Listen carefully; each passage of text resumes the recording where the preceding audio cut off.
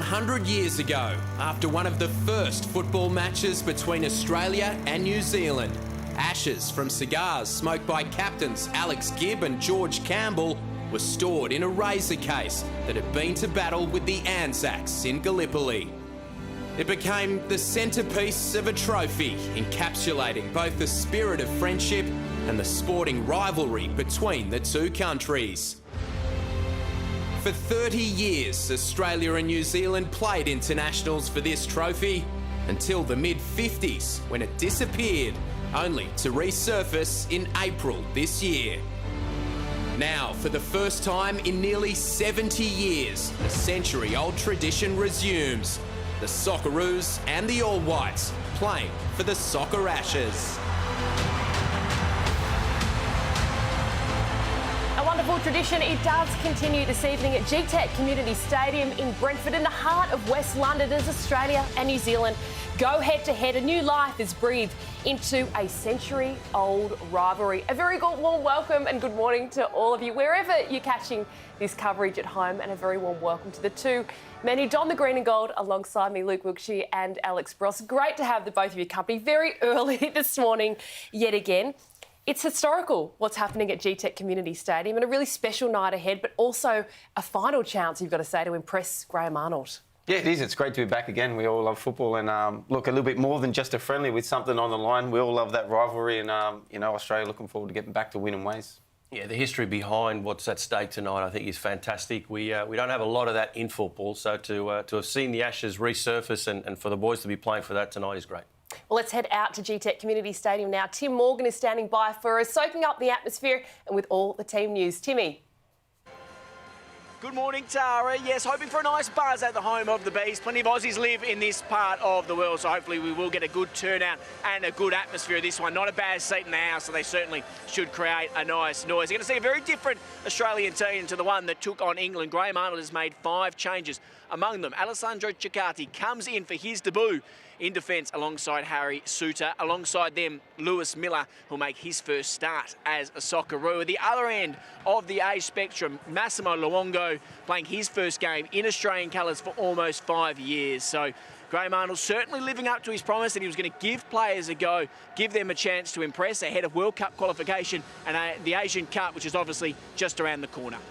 Thanks so much, Timmy, and we'll check in with you during our coverage this evening. So wholesale changes, team, 5 in total. Massimo Luongo, it is a big one. We're all hoping we'd see him across these 2 friendlies played over in the UK, but he's having this resurgence of football and he's back in the starting lineup and back in the team for the first time in nearly 5 years. Yeah, look, it's a massive inclusion. 5 years in the wilderness, you could say, but he's been plodding along there in England and performing. Hence the call-up. Obviously, I think Cammy Devlin would be disappointed not to be in the squad, but an opportunity, like Graham Arnold has said, that he wants to see these players and a chance to impress leading into World Cup qualifiers in the Asian Cup. And the experience as well that someone like him, with everything that he's done in the Socceroo jersey, brings to that change room, and to have him on the pitch as well tonight will be great to see. A few days ago, it was another historical night at Wembley where the Socceroos met the 3 Lions for the first time at Wembley Stadium in their history. It was brave. Lots of positives to take away from that one, but perhaps we need to see more cut and thrust in that final third. Yeah, look, it was a good performance from the Socceroos, going away, playing the historic Wembley, obviously going down to this goal from Ollie Watkins, but a lot of positives to take from the game, albeit the fact that we're just lacking that cutting edge in front of goal. It was the only thing that was missing. I think tactically it was a very good performance from the whole team, really. They picked their moments, they pressed high and tried to expose that England defence and did it so well, but just missing that goal. So I'm sure tonight will be a bit more attacking, a bit more in control of the ball and possession. So hopefully we'll see some goals. They've got another opportunity to do it and hopefully get a win in the winners column as well for the Socceroos. All right, we are off to a short break. Don't go anywhere. Kick-off between the Socceroos and All Whites. It is just minutes away, live on Network 10 and Paramount+. We'll see you soon.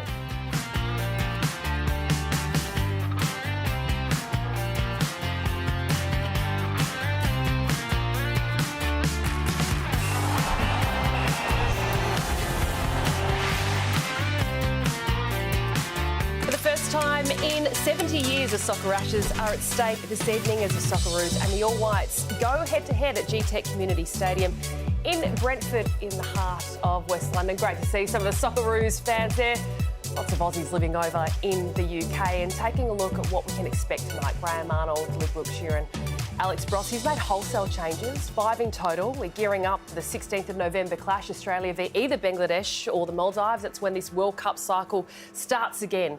That front third, Geordie Boss playing further advanced. What impact can that have tonight? Yeah, well, look, we saw him come on against England in that position, obviously as his age playing at left back.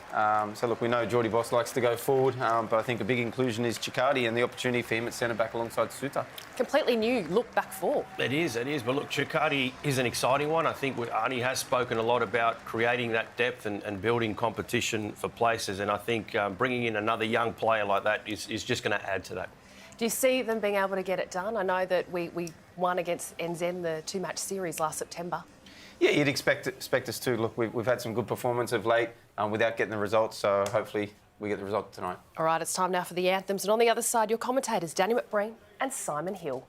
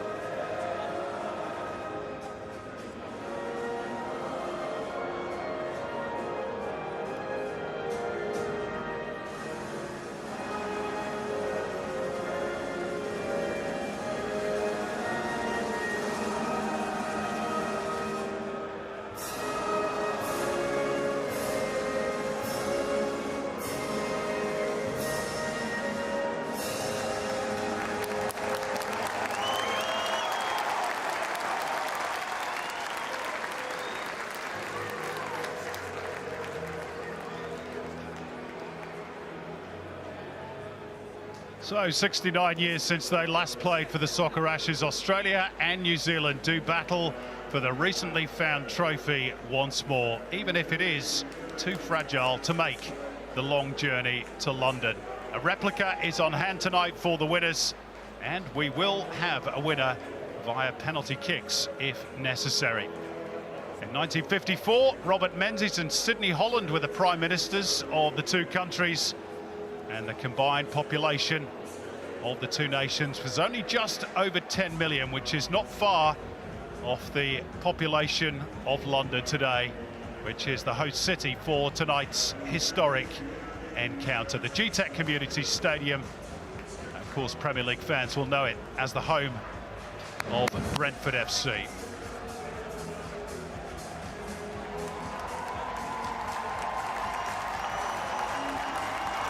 So the Soccer Ashes at stake, but while tipping the hat to the past, both nations, of course, have one eye on the future. Australia have World Cup qualifiers and the Asian Cup on the horizon. New Zealand, a World Cup spot to achieve. after Oceania was granted a direct place in the expanded tournament in 2026 for the very first time. Stuart Atwell, our referee tonight, the 41-year-old from Nuneaton. And interesting, the fourth official is Darren England, who was at the eye of the storm for disallowing Luis Diaz's goal for Liverpool against Tottenham, and was temporarily suspended from PGMOL as a result. Australia's already won a match at this superb, rather new venue. It was here, of course, you might remember the Matildas defeated England 2-0 in a friendly in April of this year ahead of the FIFA Women's World Cup. The men looking to repeat that tonight, and Graham Arnold makes 5 changes to the side. They were edged out by England. There's a Socceroos debut for Alessandro Ciccati and a first start for Lewis Miller in a reworked defence that also sees Aziz Bayic return at left back. Jordy Boss is included in a more attacking role ahead of Bayic, while Massimo Luongo is back almost 5 years since his last cap, which came at the Asian Cup in 2019.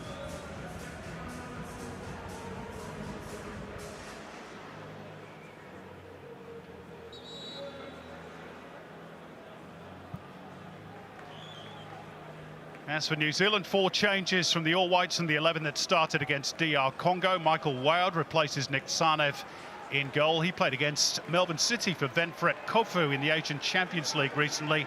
Bill Tuiloma is in at right back. Matthew Garbutt drafted into midfield, with Sarpreet Singh suffering a calf problem. And Alex Grieve comes into the front line. He'll be facing his St Mirren teammate Keanu Bacchus tonight. Chris Woods, the Kiwis' all-time leading goal scorer with 34, is at the point of the attack.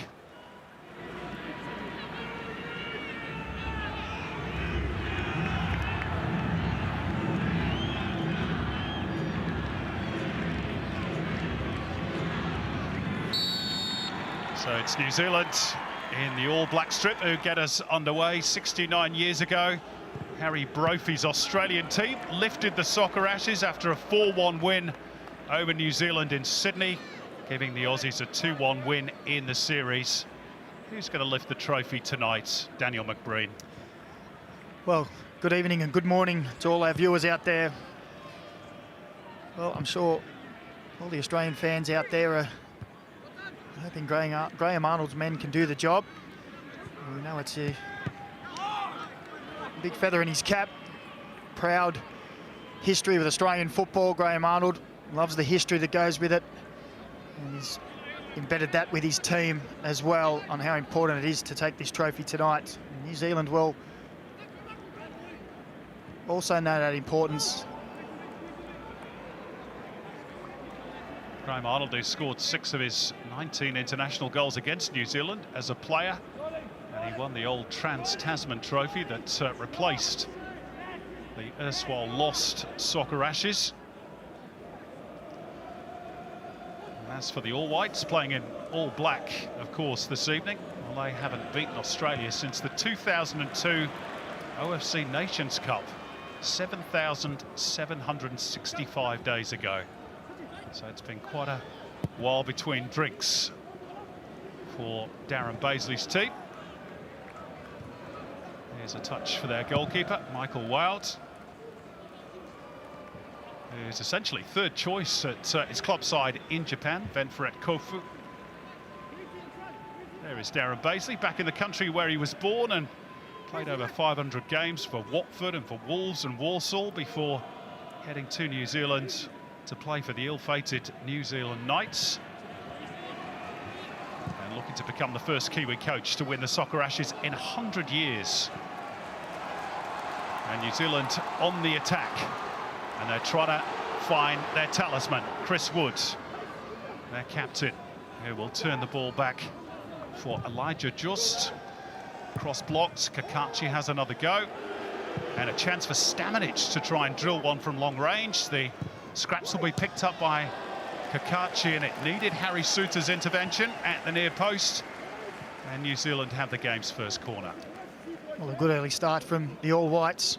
Early pressure, particularly down this left-hand side. Liberato Kakachi with some good balls into the box, putting the Socceroos defence under pressure.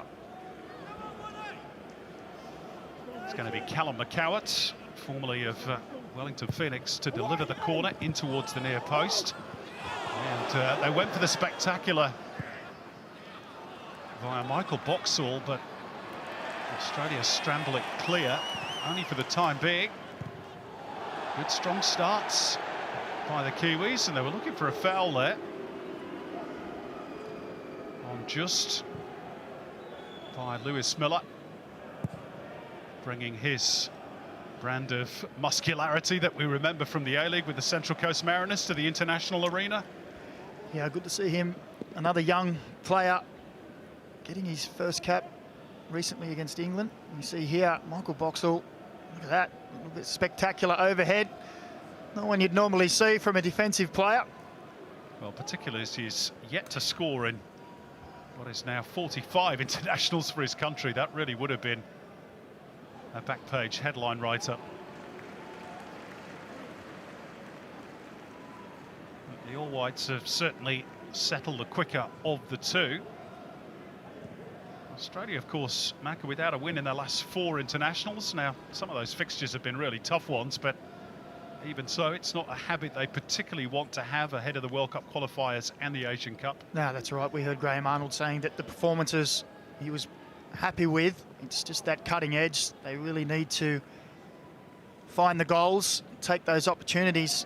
Definitely had those opportunities against England just a few days ago. 2 or 3 great opportunities to score a goal, but not taken. Nice turn by Garbett. As New Zealand continue their strong start. McCowart. Garbett's clever, really. Trying to let the ball run across his body. He knew that Keanu Bacchus was arriving and therefore probably wouldn't be able to avoid contact. Well, you said it, Simon. New Zealand really seem to have settled into this game much quicker. There seems to be a lot of New Zealand fans in the crowd too that will be baying them on. Reworked Australian team, of course. Might just take them a little while to settle. That's a nice touch from Connor Metcalfe, who came as close as anyone to scoring against England at Wembley a few days ago. That's a foul by Marko Stamanic on the returning Massimo Luongo. One of New Zealand's biggest names in the modern game. Marko Stamanic playing in the UEFA Champions League for Red Star Belgrade. The first Kiwi to do that, incidentally, since Chris Killen back in 2008. But he was late there. And he's been getting plenty of minutes in the league as well, sitting second on the table. He'll be a little disappointed in that Qatar game that was abandoned. He had scored in that, which would have been his opening international goal. Michael Wilde sets the Kiwis moving forwards with a lovely and accurate release. Sadly, that wasn't matched by Elijah Just, who plays his club football in Denmark for Horsens.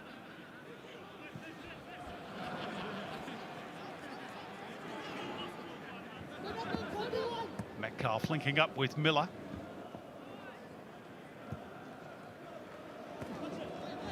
Having a fine campaign with St. Pauli in second tier in Germany, where they are top of that particular competition. His club teammate Jackson Irvine left on the bench tonight. This is Suta.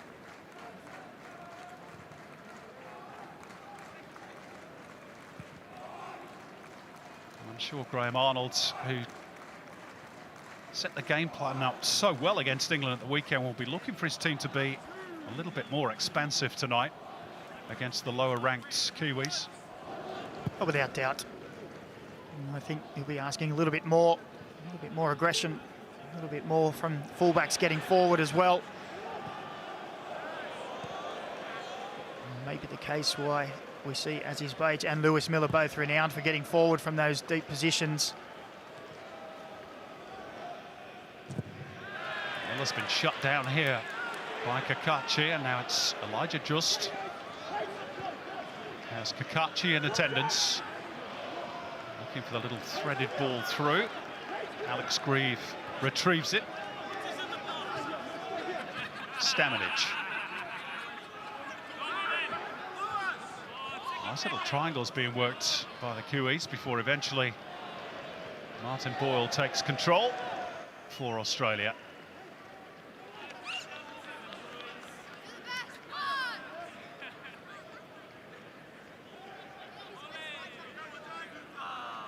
Lewis Miller. Now, of course, has Nick Montgomery, his former Mariners boss, as his club manager at Hibernian.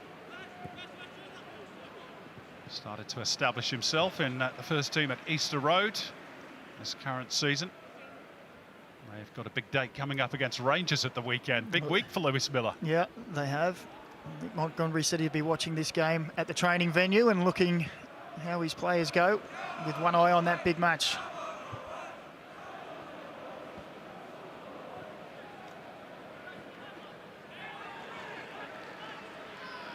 New Zealand throw off Lewis Miller.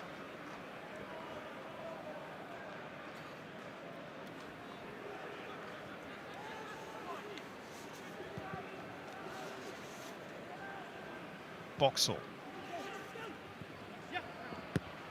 Tuiloma. Turned back by Grieve. Michael Wilde has a bit of time. Oh, it's not the greatest clearance, and unfortunately for the Socceroos, it bounced heavy off the chest of Geordie Boss. Otherwise, a chance might have been the end result. Yeah, Geordie Boss positioned well there, just a little too heavy on the chest, trying to bring the ball down. It is a feature of the Socceroos game that Graham Arnold said he wants to keep improving on, and that press and putting opposition under pressure, win that ball high up the pitch.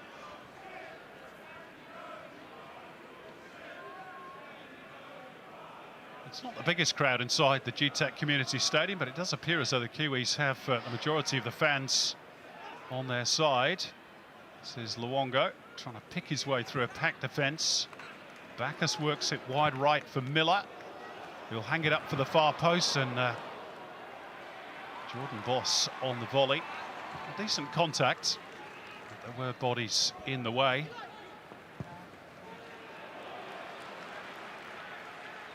And now McCowart for the All Whites. Tuiloma.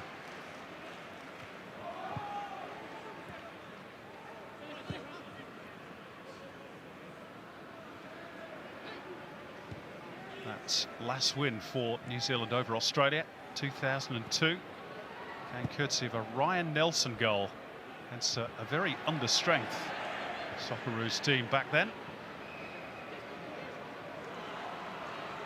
Metcalf getting the better of Stamanic, and was trying to thread it through for that run. Socceroos will come again. Bajic.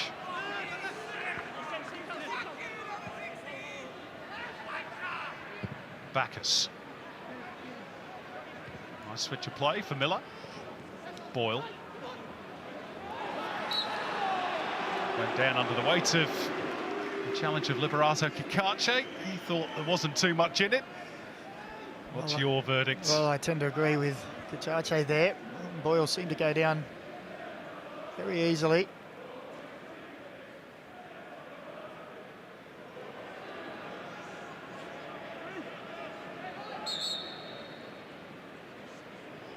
So the chance to throw the likes of Sutar and Chakati forward for the set piece. Jordan Boss to deliver towards that back post area. It's Chris Wood ahead of Bill Tuiloma, who got the clearing header. Oh, that's clever. Luongo inside the box. Driven wide and back out again by Wood.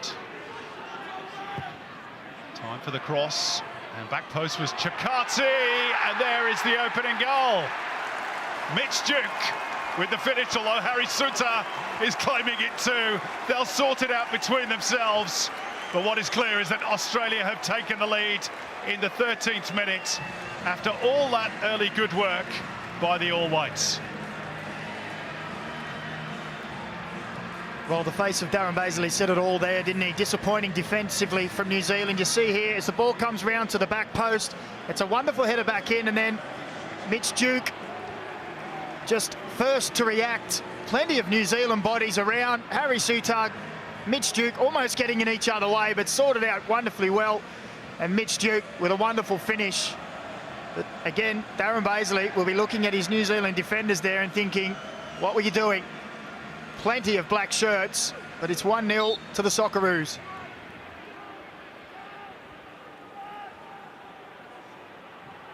Well, arise the Duke of London.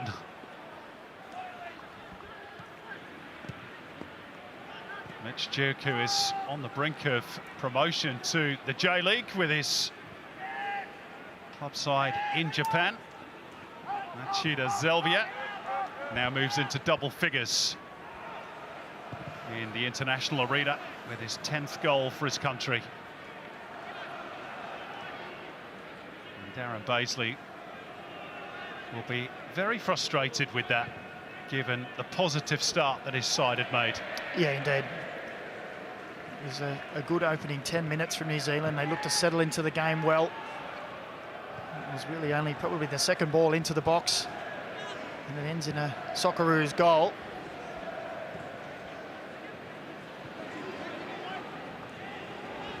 That goal, by the way, the first with the Soccer Ashes trophy at stake since Gordon Bunny Nunn scored for Australia back in 1954. In that game that the Australians won by 4-1 in Sydney. Good old Bunny. I can't profess to know too much, Simon. Do you know any more? I think he was from your neck of the woods, Macca. Well, a lot were back in those days. Played 56 times for Australia. Passed away in 2008.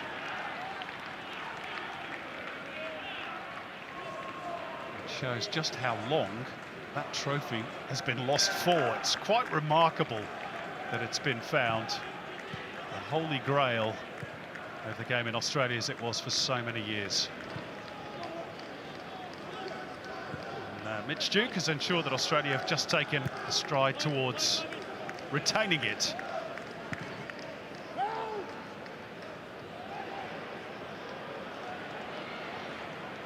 Here goes the ever-busy Martin Boyle.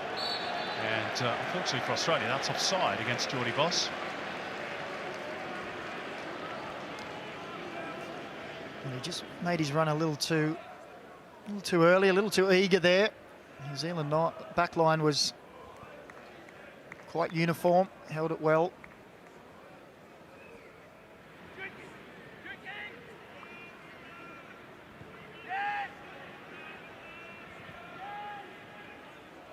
Goals have been pretty rare for Australia in recent internationals. Just 2 in their last 3 as Matt Ryan comes out to play sweeper-keeper. Chakati to clear upfield.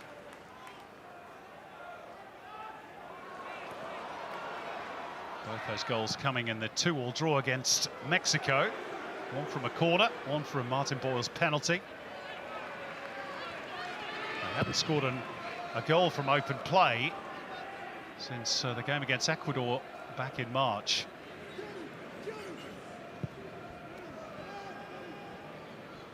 Well, Brendan Barello on that occasion. And it has been spoken about.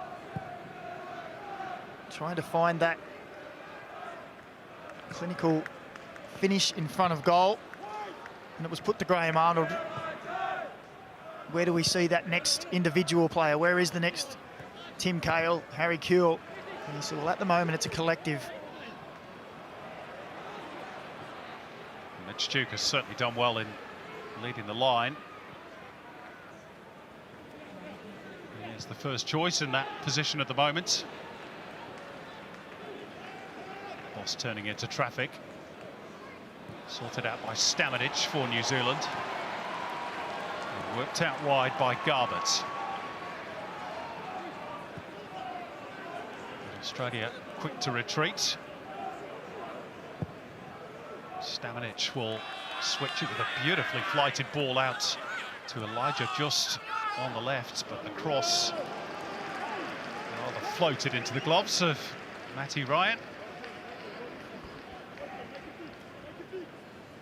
Well, that was good defensive play from Lewis Miller there as the ball came across. Could have stepped out to press the ball, but realised the underlapping run of Barate Kakache and just stepped off and allowed his midfielders to come across and help him. Nicely angled ball out wide by Duke. Luongo. Bajic with a little cutback, but it was read by Stamanic. And there's a flag in any case.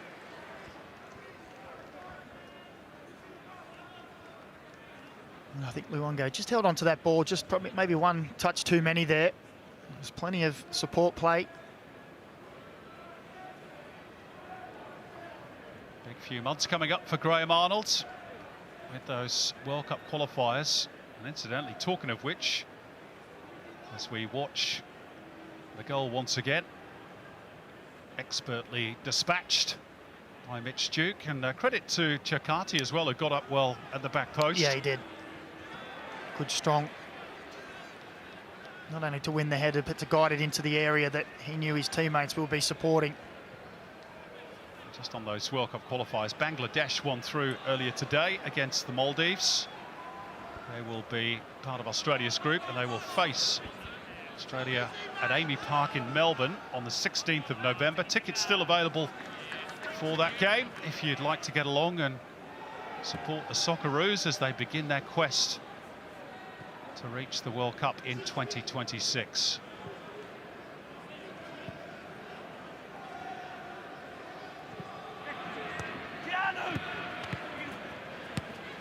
Just Kakachi.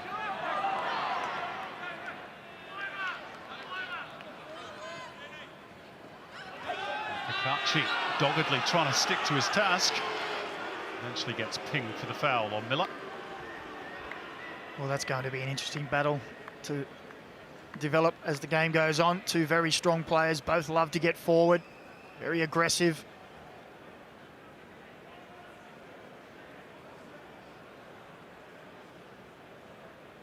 Well, that right fullback position, you could say, is up for grabs. Macca has a few candidates. Well, he's one of them. He is. And it's one thing that Graham Arnold has said, that building over these last 4 years, he's trying to build a lot of depth, a lot of competition for places. Boyle slightly behind Geordie Boss, but he's got there. He's got Luongo in supports. Boyle works it out for Luongo now. Near post, Mitch Duke was unmarked. Had his touch been surer, it might have been two. Yeah, it was a great run and a good ball as well. And he just couldn't get the feet sorted out in time as the ball came in quite quickly.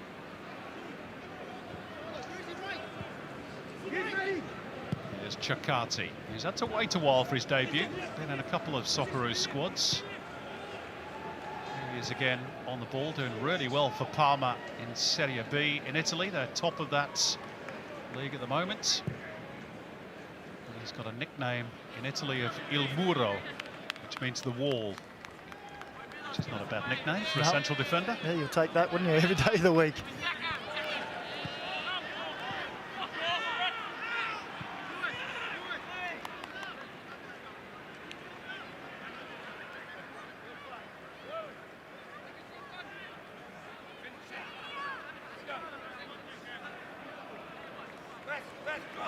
Graham Arnold, as you can hear, has got his voice back after shouting himself hoarse at Wembley a few days ago. Crowd a bit smaller tonight, of course, which helps in that regard. Here's Just, we've seen plenty of the ball, but can he find the right delivery? Not quite.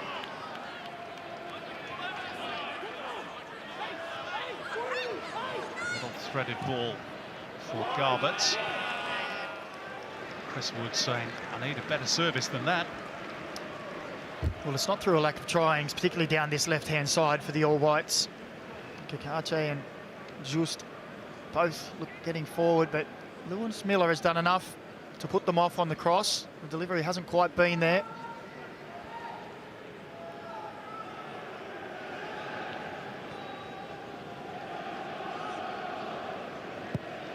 Matthew Ryan looking to become the first Socceroos captain to lift the Soccer Ashes since Kevin O'Neill back in 1954. Stamenic penalised.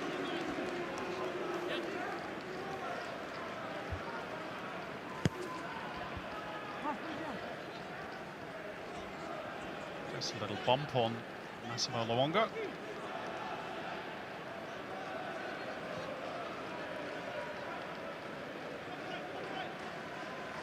Australia have certainly settled down after that opening flurry from the All Whites.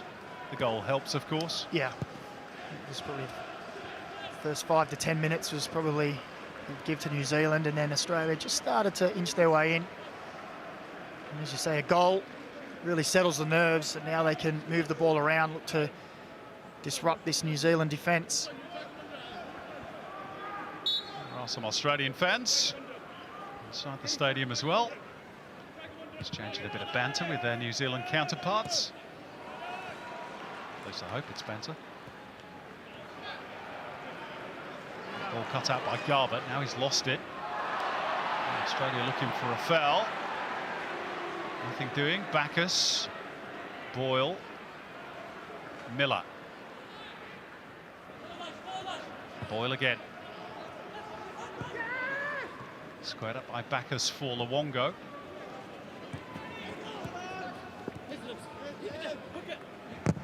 Miller losing out and eager to atone. It's quickly right down the throat of Liberato Cacace.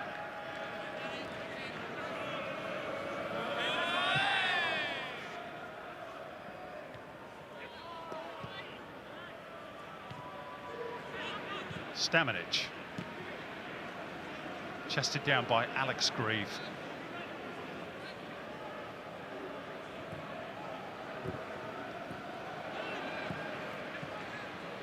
New Zealand losing out in midfield.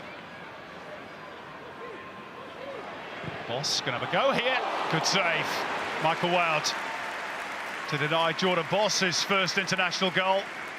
Had a bit behind it as well. Well, we've all seen the footage of A-League goals in similar fashion from this man.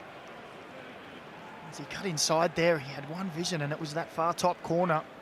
Wild had to stretch. And he's looking quite comfortable in that advanced position, isn't he? Coming inside whenever he needs to as well. Well, he's earned the corner, and now he's going to take it. Whipped in towards the near post area, pretty flat. Boyle. Boss going around the outside. That's brilliantly done by Jordan Boss. That's where it breaks down for the Socceroos. Well, he really looked like he had nowhere to go there, Geordie Boss, didn't he? Turned on the accelerators right round the outside of that New Zealand defence and almost got himself into a position to slide that ball across the goal. He's already established himself with his new club in Belgium, Westerlo. Missed the Mexico friendly, of course, in June, due to having his appendix removed.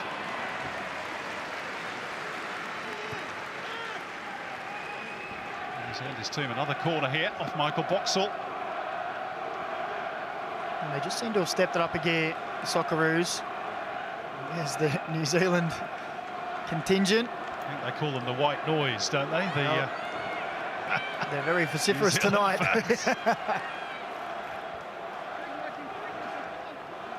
Martin Boyle won't care about that. His team is in the ascendancy. And he delivers the corner towards the near post. It almost fell for Harry Suter. Luongo works it wide again. It's an off-the-ball incident. Mitch Duke going for it.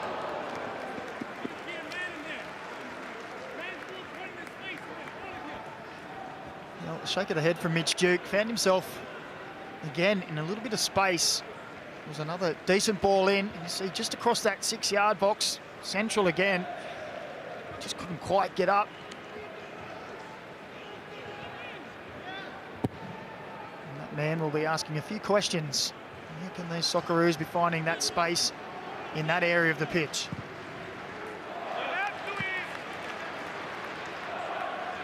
Elijah Just. Cacace.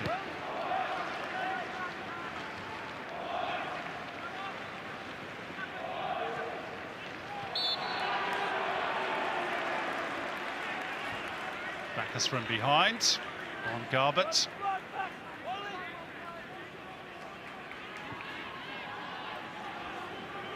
Clear foul there.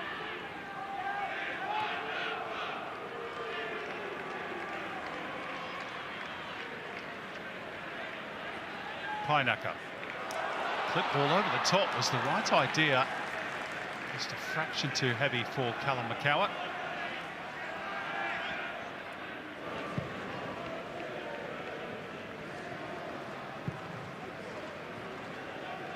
Sense that Australia are now in their rhythm. Miller.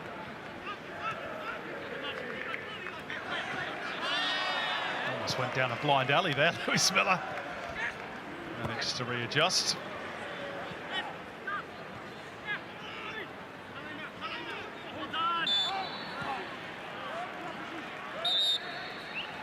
Another free kick for New Zealand.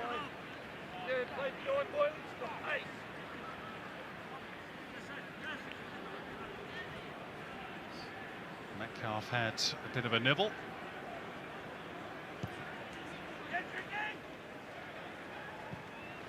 This is Boxall. All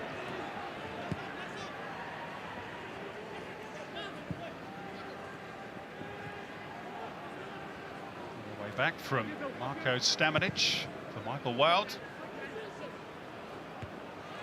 Tuiloma's header. Tuiloma again towards Chris Woods, and that's the sort of service that he needs. And Matt Ryan called into action for the first time this evening. Well, it was an awkward one for Matt Ryan, wasn't it?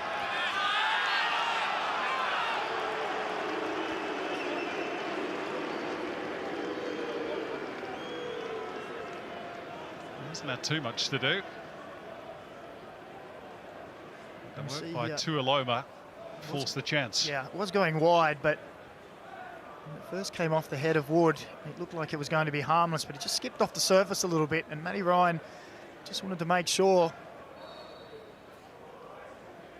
He is dangerous in those areas if you give him the service, Chris Wood. Scored the 91st minute penalty that earned the All Whites a draw in their last game against the DR Congo. Also had a couple of goals disallowed in that game. Scorer of 55 goals in the English Premier League. He is a quality striker, but he does need service, as all strikers do.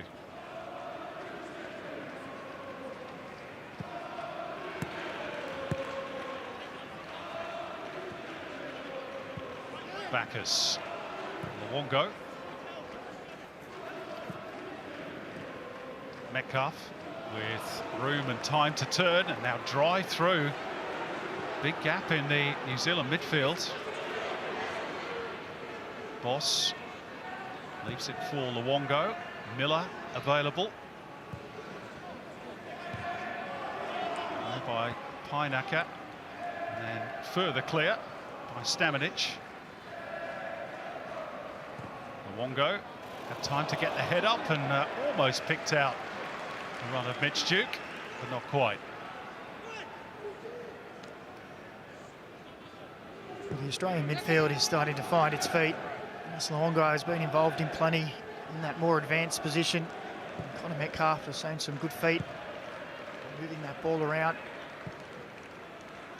And every time they get some space, Mitch Duke is making dangerous runs in and around the box.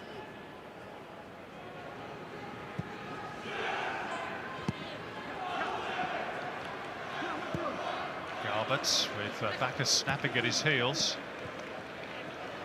Touched by Grieve, gets the return from Tuiloma.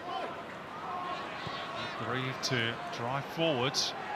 There is a foul on Grieve, for which Stuart Atwell now blows the whistle. He did wait for a moment just to see if New Zealand accrued any advantage as they were in possession.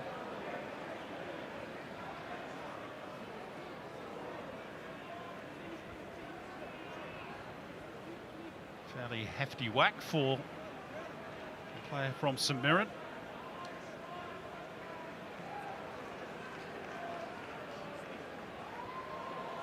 He's given the real hip and shoulder there, isn't he, by Mas Luongo? Bang! It's Bacchus, in Bacchus, fact, his yeah. club teammate. Didn't miss him, did he? How you doing, Alex? Little friendly reminder that he's there.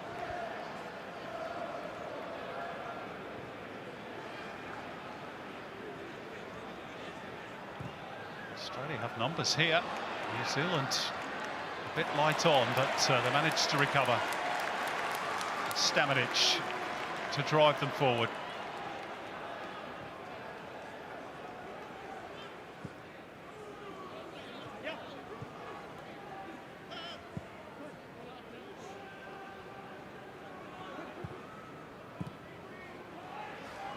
Won't quite break for Macauat. Sutar stepping in. Stamanic sets the All Whites going again. To Iloma.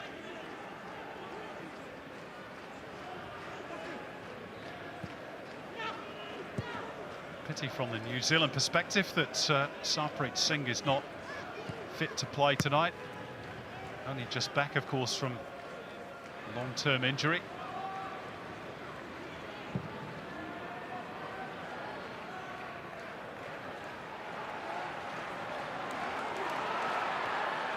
Now, Chris Wood. Elijah just on the left. New Zealand threatening.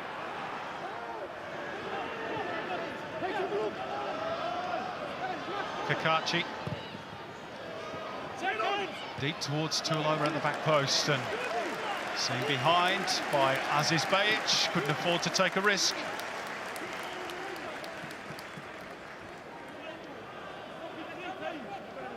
Good play from the All Whites, moving the ball quickly. Up to Chris Wood, bouncing back again, then out into the wide areas.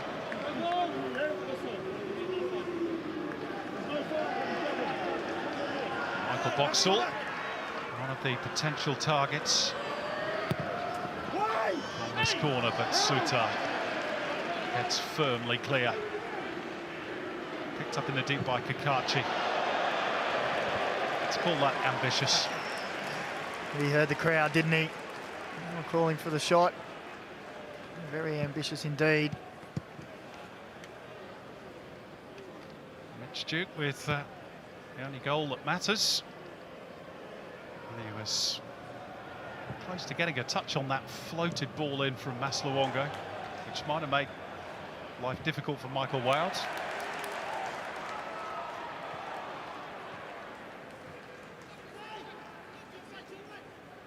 Chakati.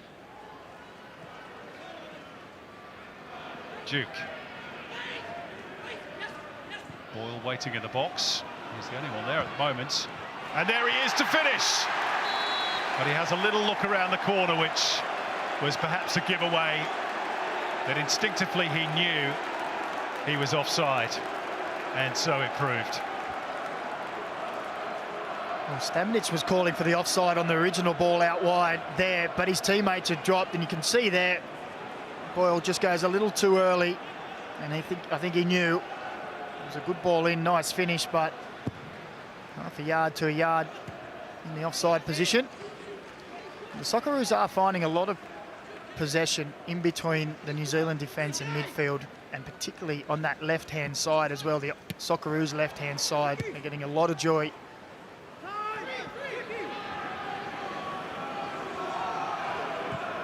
Maybe something for Darren Baisley to assess at half-time.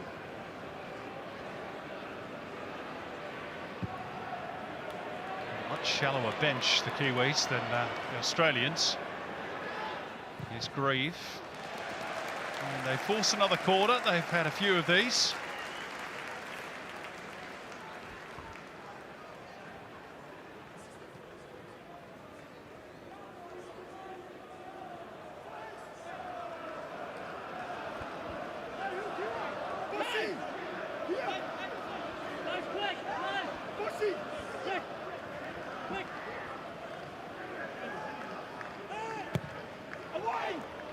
Up goes Tuiloma.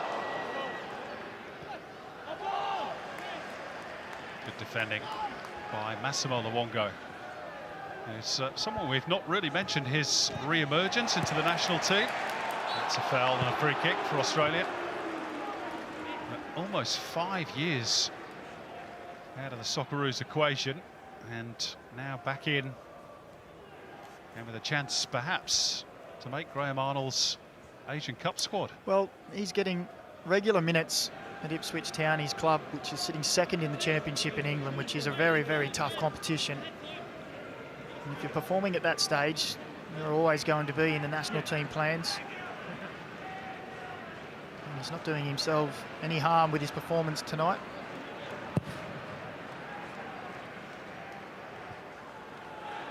Not many left now, of course, of Ange Postecoglou's 2015 Asian Cup winning side. Luongo is one, as is Bajic and Matt Ryan still around. Matt Leckie is not part of this squad due to injury, of course.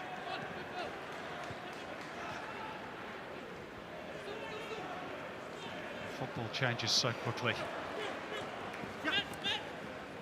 Stamenic crowded out on that far touchline. Sutar.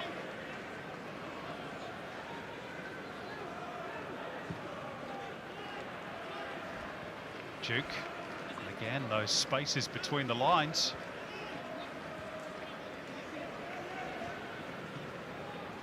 Chakati. It's a beautiful ball over the top for Lewis Miller. Cross cut out by Pinaka. He will clear his lines here.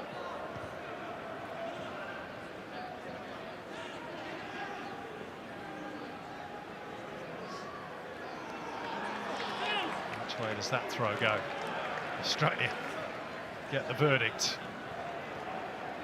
Jabbed forward by Bacchus, and Pinaka getting a little too close for comfort on Connor Metcalfe.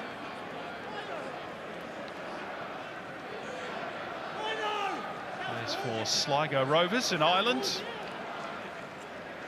Actually born in the Netherlands, hence the name, but his family migrated to Rotorua when he was just 3 years old.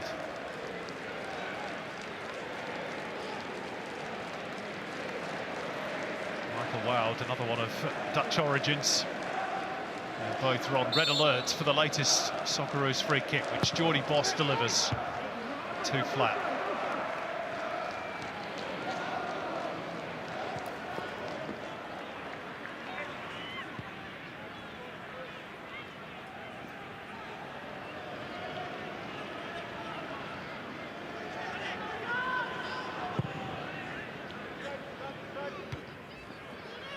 Miller's header.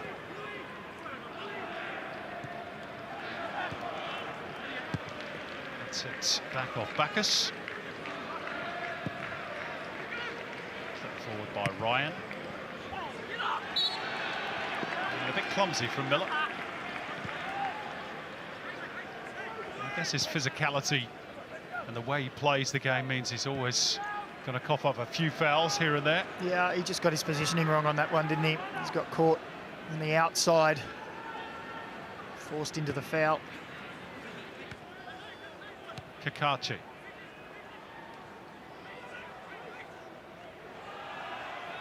Alex Grieve is swapped over to the left-hand side for the moment. Earns his team a free kick.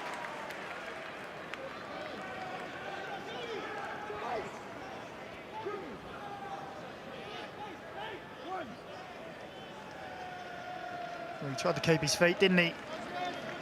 There's just too much contact. It's a promising position for a free kick for New Zealand just a few minutes before half-time. They haven't scored against Australia in any of their last 4 meetings. The All Whites.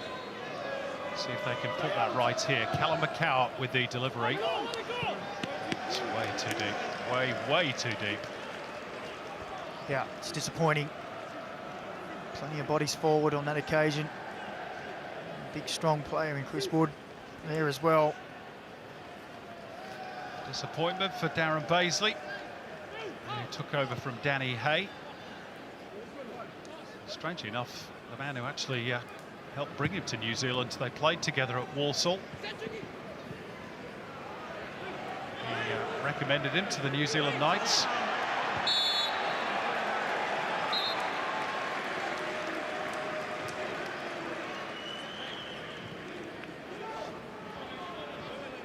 Massimo Luongo can see the funny side to it. He couldn't see the foul there. There's a little shove in the back. And then a little bit of physicality straight after there from Boxall.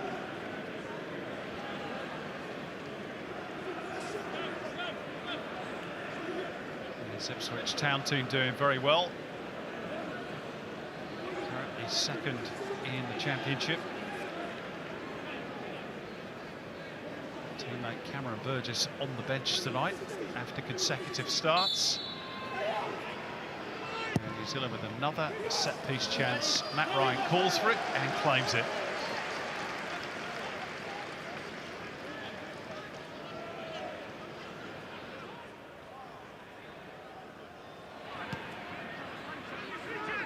Bacchus.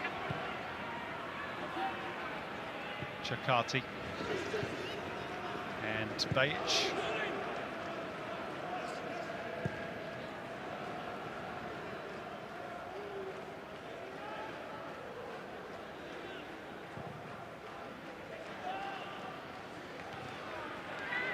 That's a lovely header by Duke. Australia building nicely. Pineapper's intervention was timely for the All Whites. Just linking up with Kakachi again.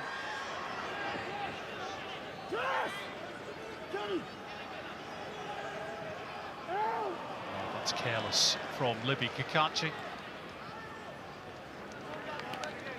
And after that early promise, New Zealand really just haven't been able to build on that positive start. No, we've seen glimpses down this left-hand side as we go to half-time.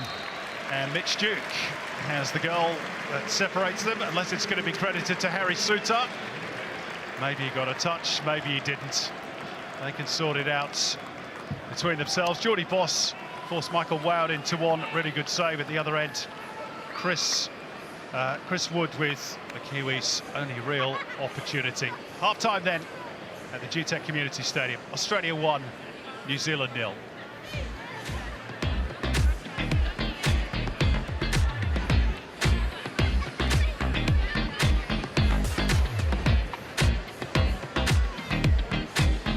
As the All Whites contest the historic Soccer Ashes trophy for the first time in 60 years, and what a moment this is. Well, interesting to see that both of them claimed it, being Mitchell Duke and Harry Suter, but who will it be awarded to?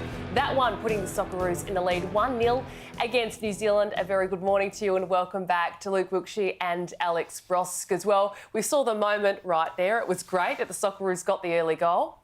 But who scored the goal? Doesn't really matter. It's a goal. We go ahead. Look, it's a good, you could say, finish from Mitchell Duke, but Harry Suter probably claiming that one coming off his chest. It's probably one of his better finishes, Broski. Well, yeah, like all good goal scorers in the right position there to take the easy chest and goal. But look, it was a great set piece, delivery, ball across goal there, and these two arguing about who actually got it. I feel for Duke because he made a good run into that area to get himself in position, and it was a good finish. So I mean, it would have gone in regardless. But yeah, good play, and it was probably against the runner play as well, given how the game started. But good to get that goal we spoke so much about, and yeah, just haven't really built on that. It has been awarded to Harry Suter. It came off him. Apparently, he did have the last touch, but you can see how dangerous the big boppers in the box can be, right? I think, again, it just shows the threat that we have in the box. We saw the ball in from Miller, the knockdown from Chikadi, and we are a threat on set pieces and balls in the box. You're looking at the match stats there. Well, it is New Zealand that is shading possession there. Shots, New Zealand 6-5. And I guess we speak about in that game to England, that final third and the cut and thrust, Broski. That's what we need. But the Kiwis haven't shown too much in that area themselves. No, they haven't. They've moved the ball around quite well, but getting into that front third, they haven't shown much. I think that's down more probably to tactically how good we've been set up and how we have been in the last few games. That tactical discipline Arnie's got these boys playing with, doesn't really allow for much from the opposition. So I think they're just looking for hopeful balls into the box, into Wood. They're trying to get something, but it just hasn't worked. So there were 5 changes made tonight compared to their last match a couple of days ago v England. So looking at this second half, the Subway subs, who's coming on and what difference will they make? Oh, well, look, the way their game's gone, we're very comfortable. You'd expect him to make some changes.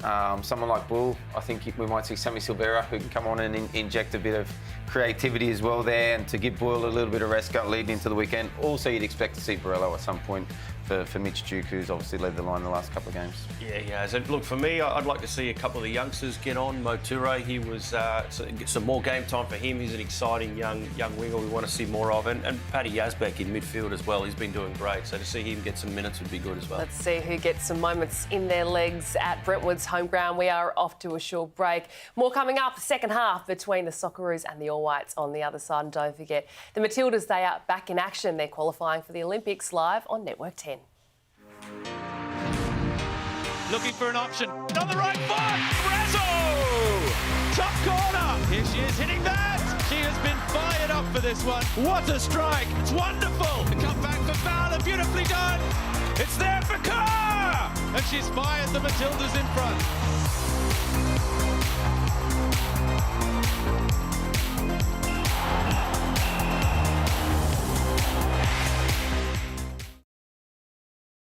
Left-hand side, but it is the Socceroos that are in the lead. Thanks to Harry Sutar. It came off his chest, or was it Mitchell Duke? But it has been awarded to Harry Sutar. We are hearing that there is a change coming into the second half, and that being Ryan Strain coming on in right back at that right back position for Lewis Miller. But let's head out to Tim Morgan now, who's at GTEC Community Stadium for an update. Timmy.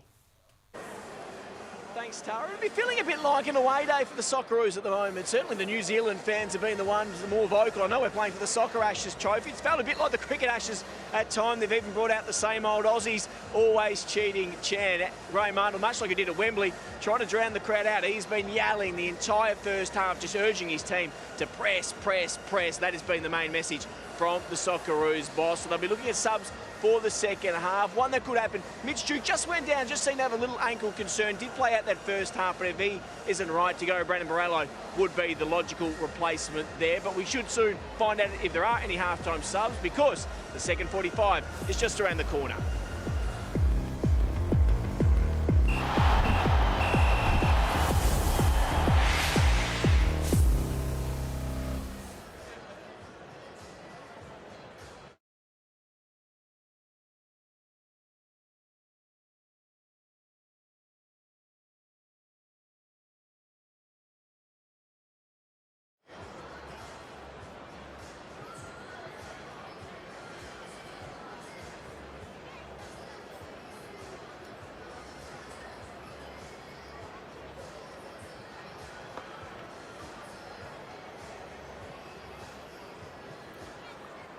Well, the second half not too far away at the GTEC Community Stadium. Confirmation that Harry Sutar has been credited with the goal. Ball flicking off his chest after Mitch Duke volleyed it towards goal. We'll wait to see if Graham Arnold makes any changes at half-time. Rumour is Ryan Strain for Lewis Miller. We shall see. And there we go. That is confirmed that Ryan Strain will be coming on. He started, of course, against England at Wembley. Had a good chance as well. In fact, most of Australia's good chances came to players that perhaps you didn't want in those positions. He's about to make his fourth appearance for his country.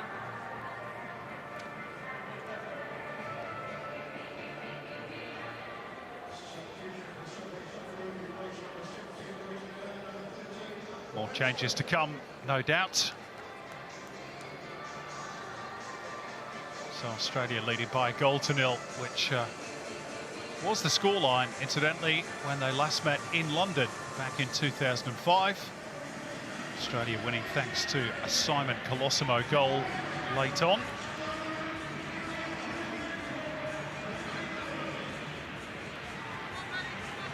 New Zealand made a strong start to the game this evening. First 10 minutes, they attacked. But really, chances for the All Whites have been few and far between. Just that one effort from Chris Wood, which was probably going wide in any case. In Australia, Daniel McBride might even have had one or two more. Geordie Boss producing one fine save out of Michael Wade. Yeah, it was a great strike from Geordie Boss and an equally good save. Mitchell Duke has looked threatening at times with his runs in the box. I wonder if Graham Arnold will be asking his team just to maybe control the match a little bit more. A little bit more possession, move this New Zealand team around and probe and look for those spaces to capitalise. Sutar stepping in front of Wood, and then there's heavy contact on Michael Boxall, which produces the whistle. Michael Boxall, who A-League fans will remember from his stint with Wellington Phoenix. Got a real coat hanger there from Geordie Boss, now playing in the United States with Minnesota United, where he's been for the last 6 years. It's going to be an Australian throw, bounced up and off the face of Alex Grieve. Luongo inviting Ryan Strain forward.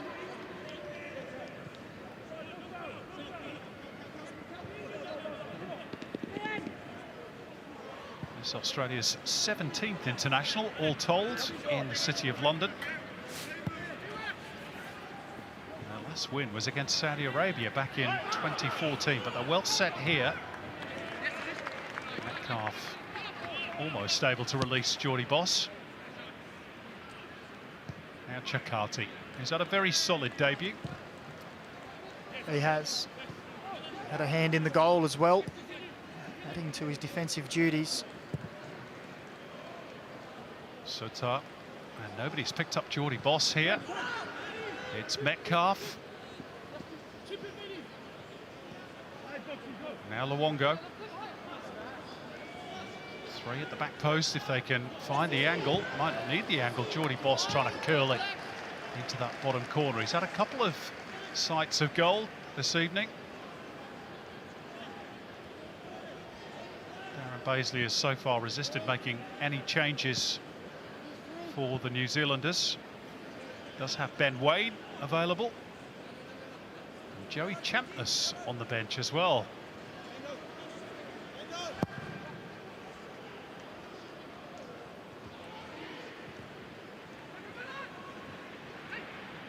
Not sure if he's completely put the rap music to bed. I know it's your scene, Macca, you'll be able to tell us. I wouldn't say it's my scene, far from it. Probably giving away my years and saying that it's not my scene, but good to see him still around the football traps and at the international level as well. Mitch Duke careering into Callum McCowett.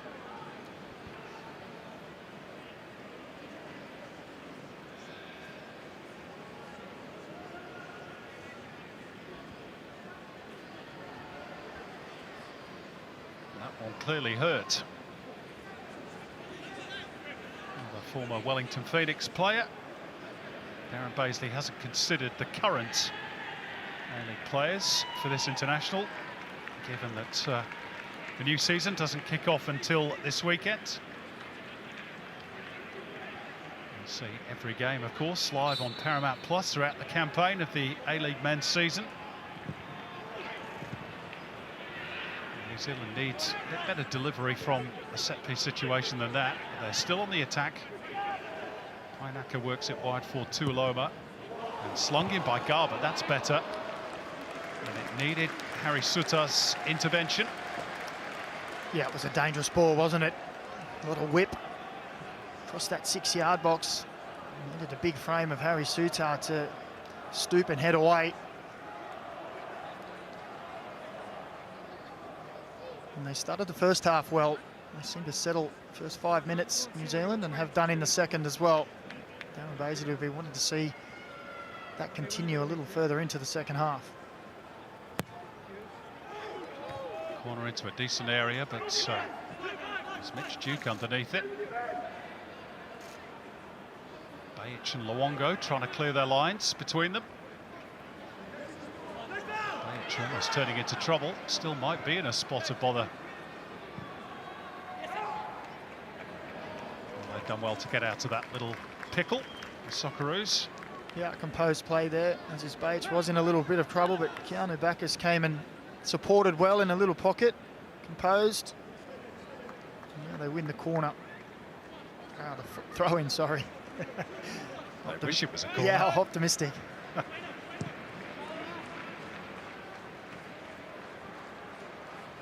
Nodded on by Strain. Martin Boyle and Strain not quite on the same wavelength. Ryan out together. Quick release for Boss. Held up by Tuloma. Luongo will steal it. Has Mitch Duke on the left. Two-way to the middle. A little back flick by Martin Boyle. He was expecting Metcalf to read that. It was a decent ball in from Mitch Duke, but Boyle had gone a little too far past the front post, which created the difficult angle. Cross slung in towards the near post. Pinaka was there for New Zealand. Brought down by Boyle. Strain. Metcalf. And Sutar.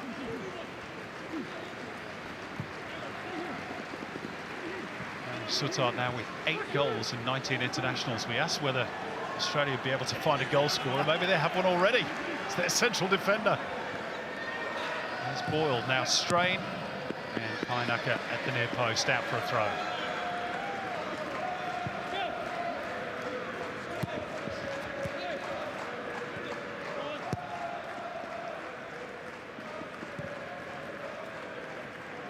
Chakati.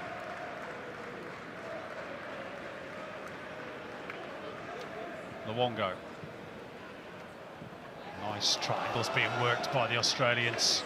Bajic trying to steal in behind Chris Wood, who, to his credit, tracked the run of the fullback, doing his defensive duty.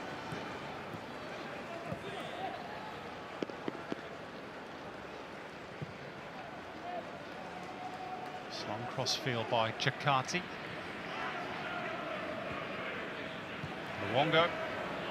Lovely football. Beautiful touch by Mitch Duke. And they're in here. Connor Metcalf. Fine save by Wild. And it'll be a corner for the Australians. It might have been more, but that was a move that was very, very easy on the eye. Yeah, nice plays from the Socceroos. Luongo in those areas around the outside of the box where he's been getting a lot of joy. And the turn and strike was good as well from Metcalf. And Wild equal to the task. Sutar, ever-present danger from set-piece situations. It's worked short for Boyle. In it comes. And Metcalf heads over.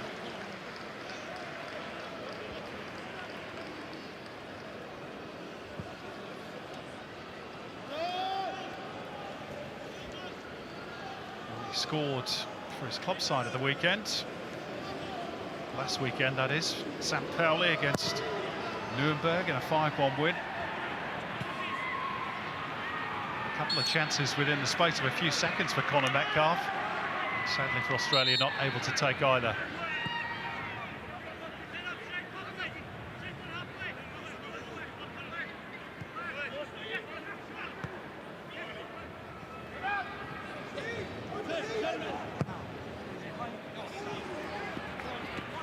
Duke. Held up by Boxall. Mitch Duke felt literally. Graham Arnold too. Stamanic.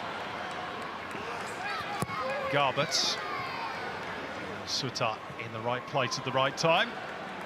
And there's that space again in midfield for Connor Metcalf to drive into. It's a lovely threaded ball. Martin Boyle forces a really good save again out of Michael Wild. But the New Zealand defence was carved open. And Bacchus's cross is charged down by Kakachi, and it's going to be a throw. Well, that's the space that we've seen both Luongo and Metcalf in particular get. It's soon as the Australian midfielders face forward in those positions, the New Zealand backline has to retreat because that man, Boyle, and his compatriots are willing runners forward. And the Socceroos have a corner now.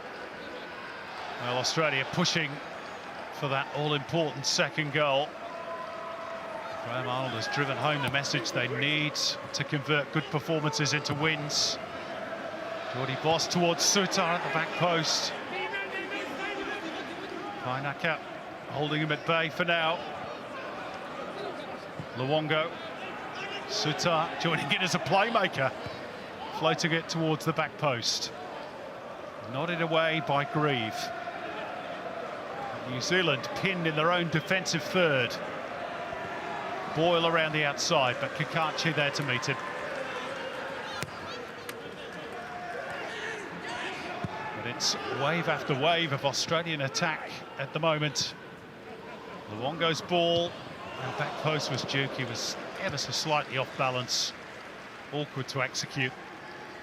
Well, he was stretching, but again, he's causing problems. The movement in the box, you see here, it's on his weaker side, the left, but he's always looking to get off the shoulder of a defender, look to get in behind them.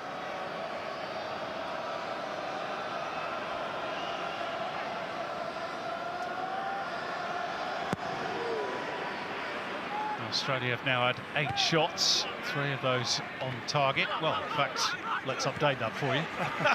10 and 4. New Zealand yet to test Matt Ryan. Here's Jordy Boss.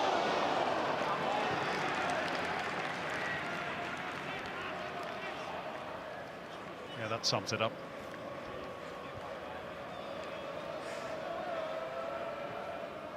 Well, good driving run again, Jordy Boss. He's played well tonight. You see, it's a difficult one for Mitch Duke. Slightly behind him. Yeah, slightly behind him, trying to contort the body. That would have been a miraculous finish if he could have done it from there. Painaka's presence probably did a bit to put him off as well. Nice control by Boyle, and it gets away from him. McCallum jabs it forward. Grieve on the move on the left. Chris Woods in front of him, but he's offside. The all-white skipper. It's been rather peripheral, Chris Wood, in an attacking sense.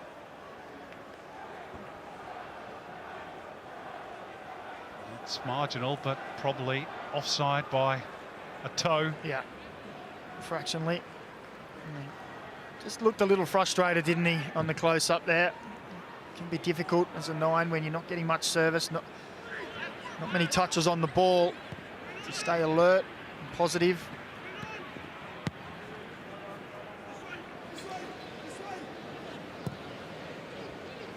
Matty Ryan directing operations, giving Chakati plenty of instruction.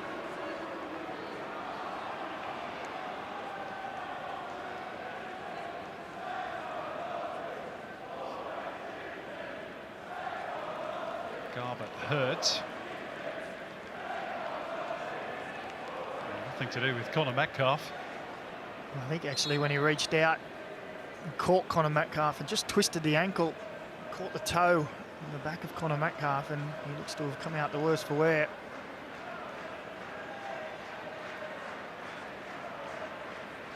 Garbutt, who's with NAC Breda in the Netherlands.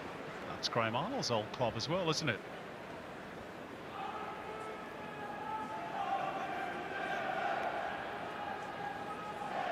He was on loan with NAC last season from Torino. He has now made the move to the Netherlands permanently. Just on Conor Metcalf, Macca, do you agree that he's almost put himself in a position now where he's, I wouldn't say an automatic first pick for Graham Arnold, but he's getting there? Yeah, he's put in some wonderful performances. I think he's linked up well with all the midfielder that he's played with as well in each match. As we have another look at the goal, and you see there, just as Mitch Duke strikes the ball, it just comes off the chest, but Mr. Cuddy gets up strong and just clips the chest of Sutar, who says straight away, "That's mine. Thank you very much." There's my 8th goal for the country. Mitch, you can stay on 9. They all count.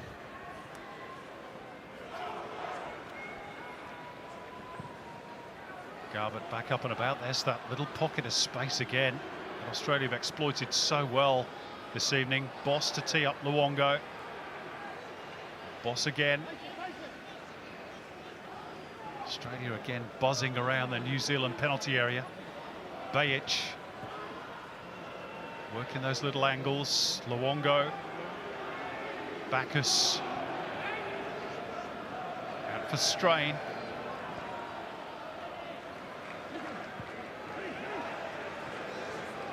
Graham Arnold so far will be frustrated, well, particularly with that pass from Harry Sutar, that they haven't managed to build on that solitary goal in the first half.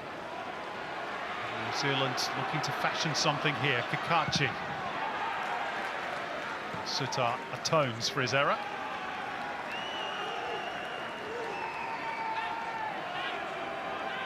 Good to see him back in the Leicester City first team as well for the first time this season. Played his first game of the campaign against Stoke previous weekend before the international break. Back in favour perhaps under Enzo Maresca. That all helps Graham Arnold, of course, as well.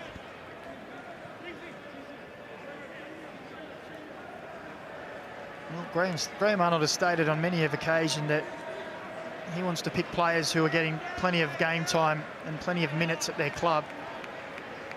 It helps his cause when called upon. Off the head of Duke, but not where he wanted it to go. And was that a touch clumsy from Bacchus? The Kiwis thought so. Here's Kakachi, though. Sutar had front position ahead of Wood. That's a foul, though. This time by Metcalf on McCowart. New Zealand just a little bit frustrated here. They don't feel as though they're getting the rub of the green from Stuart Atwell. Let's see if they're right on this occasion. Yeah, there's a little bit of contact there. Yeah, there's a foul there, definitely. It was the one before they were all a bit dismayed with. And that man, Graham Arnold, will be thinking, 1-0 up, we should be really controlling the match. And we're allowing New Zealand a little bit of confidence. And this is a really good chance. Matty Ryan's got to get that wall set up absolutely perfectly. Well within range. Geordie Boss was going to play the draft excluder, but he's been told not to bother. Looks like Bill Tuiloma fancies this particular opportunity. Could be a key moment. Tuiloma. Oh, it was a good effort, wasn't it? Goodness me. He got the whip and the dip, and only the crossbar saved the Socceroos. Well, credit to Matty Ryan there. He knew the dimensions of the goal and let that one just cannon off the top of the crossbar. Bill Tuiloma with a nice strike and a little bit of confidence builder for the All Whites. It's easily the closest that they've come to a goal this evening. Yeah, they've got a bit of a spring in their step, the All Whites. Just a little bit far for Alex Grieve to retrieve, but quickly won back by Michael Boxall.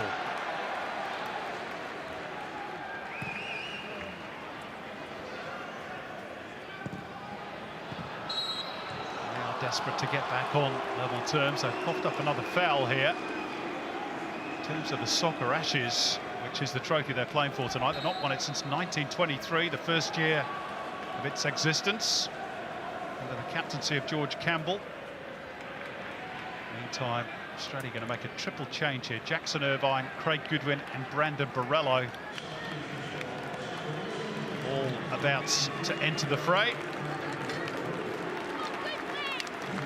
Mitch Duke, Geordie Boss to take their leave, plus one other. Brandon Borrello is on. And Massimo Luongo's return to international football lasts 65 minutes. What have you made of his return, Macca? I thought he had a great game tonight. He found plenty of space in the midfield. It's a constant thorn in the New Zealand side in between defence and midfield, particularly combining well down the left. He's a really good link man, isn't he, Mas Luongo? Goodwin quickly into the action, so too Jackson Irvine. Maybe those changes made by Graham Arnold just as a response to that little bit of a New Zealand resurgence. Yeah, I think so. Hasn't seen the team really go on and take control of the match, so needed an injection of some fresh bodies. Sure, Darren Bass is going to make some changes as well. Here's one of them, Joey Champness, who we talked about earlier, is going to replace Alex Grieve. Well known, of course, Joey Champness to enter the A-League, formerly with the Newcastle Jets and Brisbane Roar. Now playing in Turkey with Adanaspor, second division in that country. On for his 8th cap.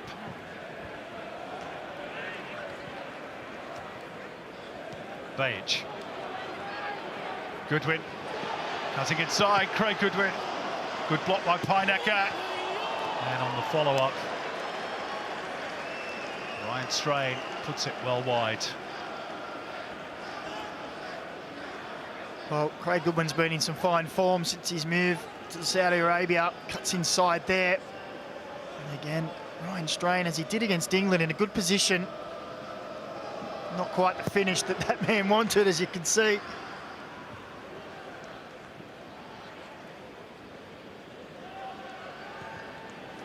Confirmation of those changes for the Socceroos. It's just to try and restore a little bit of order. They had a good 5 or 10 minutes, New Zealand, culminating in that free kick from Bill Tuiloma that struck the crossbar. Chakati had his pocket picked, but he's been helped out by his teammates.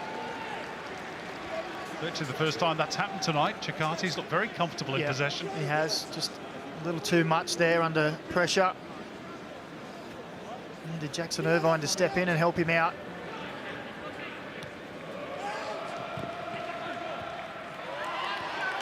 Lovely work by Irvine. And Borrello and Goodwin complete the triangle, but the whistle has gone for a flag. Some of those combinations at times have been delightful. Yeah, Jackson Irvine, fantastic. That's another tight one, probably just right again. Jackson Irvine's been involved in only a couple of plays since coming on, but looks really sharp.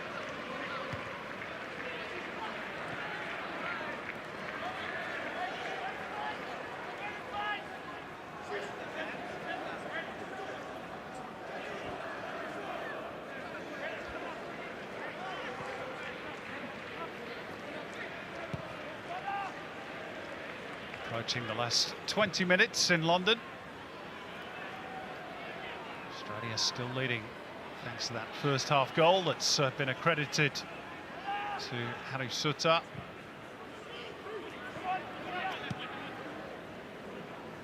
Soccer Ashes not yet won. Here's Champness. Tuiloma. Straight up Matty Ryan.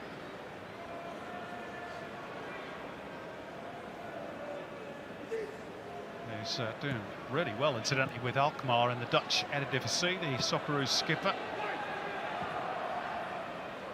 Second in that particular league, and he's conceded only 4 goals in 8 matches. They beat Ajax away last week, which the clubs outside the big 3 don't do too often.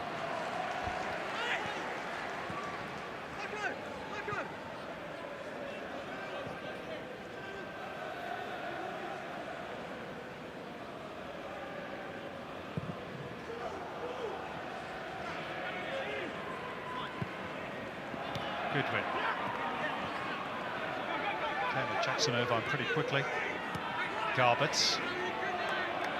Well defended by Goodwin. Bayage. Lost his footing, lost the ball, and the appeal for the free kick as well.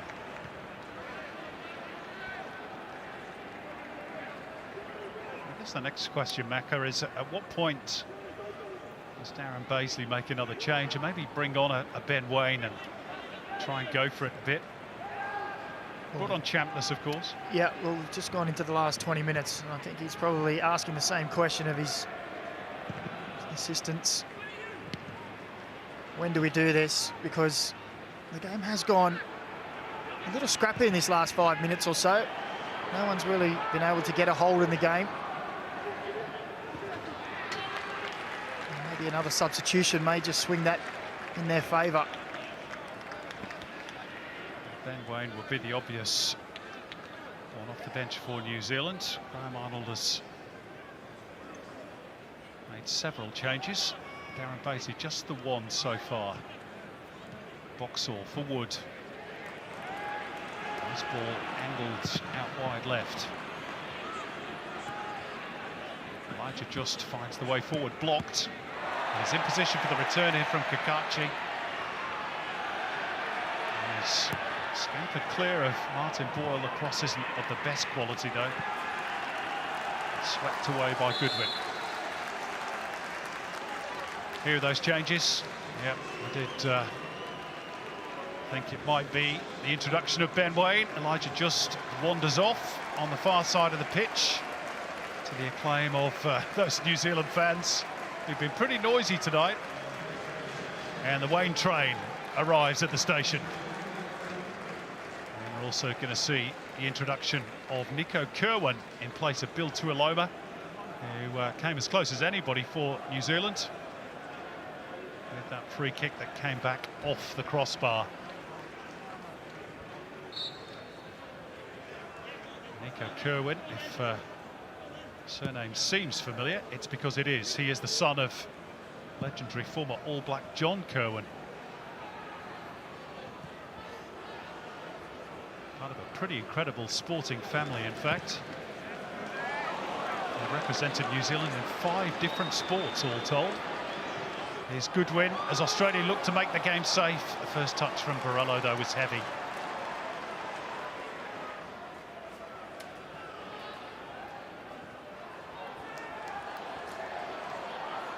And it's Kakache for the All Whites.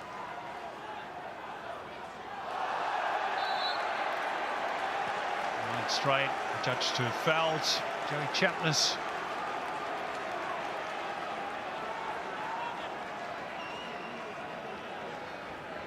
Another chance for the Kiwis. Well, at this stage of the match, Australia have anything but secured the match, and it could go in, if the field could go any way. New Zealand feel like they're right in this game. Here's Kakachi's free kick, which has a good shape to it, but Matt Ryan, that's a brilliant play. Yeah, commanding his area there. Up strong and aggressive. Jackson Irvine has perhaps copped a bit of friendly fire as Ryan flew through the air.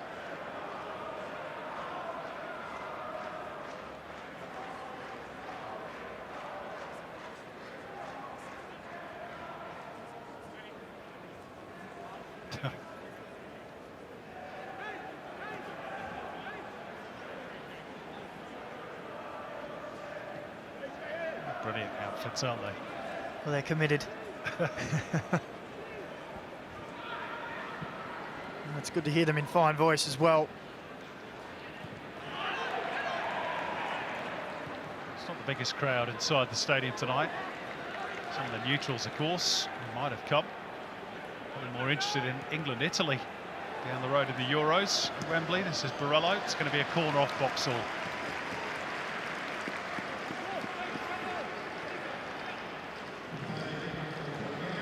Well, he's looked lively since coming on as well, Brandon Borrello.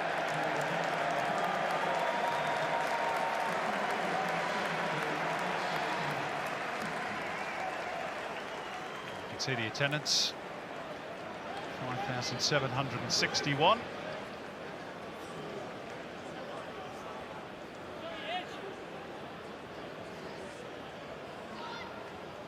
They're about to watch Martin Boyle's corner, which goes towards the back post, and it's nodded in. And Jackson Irvine has perhaps made the Soccer Ashes safe for the Socceroos, as he gives Australia a 2-goal cushion.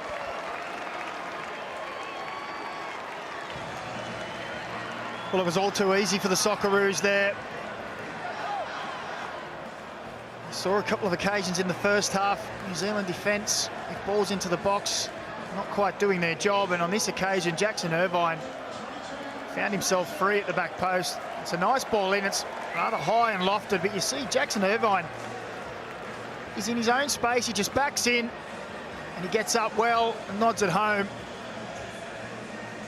He's just found himself in too much space, just beyond the keeper, gets up in front of Boxall and puts it away. And it's the second goal that Graham Arnold would have craved, delivered by the substitute.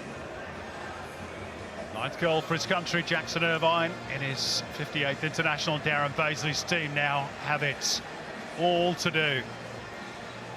And finally, Graham Arnold will no doubt think, we've got what we deserve. They have been the dominant team, but whilst the score was just the one, New Zealand always in with a chance. Much more difficult now. Australia perhaps fancying a third. Irvine.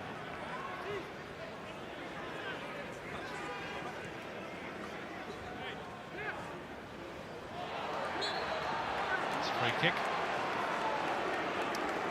Where you say, Simon, that they might be looking for a third. I think this is where Graham Arnold would really like to see them turn the screw and go on and really cement that dominance with a scoreline that matches.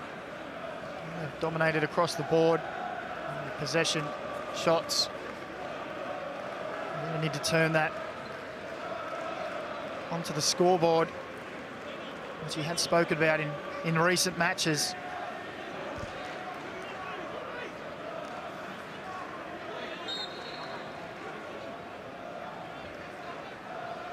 Free kick work short, cleverly lifted over the top for Martin Boyle. Oh, and tantalisingly across the face of goal. Still there for Bajic. Away by Kakachi. And a second time. And then Craig Goodwin. A resounding thump as his boot connected with the ball, but way too high. Martin Boyle caused all the danger there with that little run in behind. Yeah, smart play. Brandon Borrello just inches away from making it a third.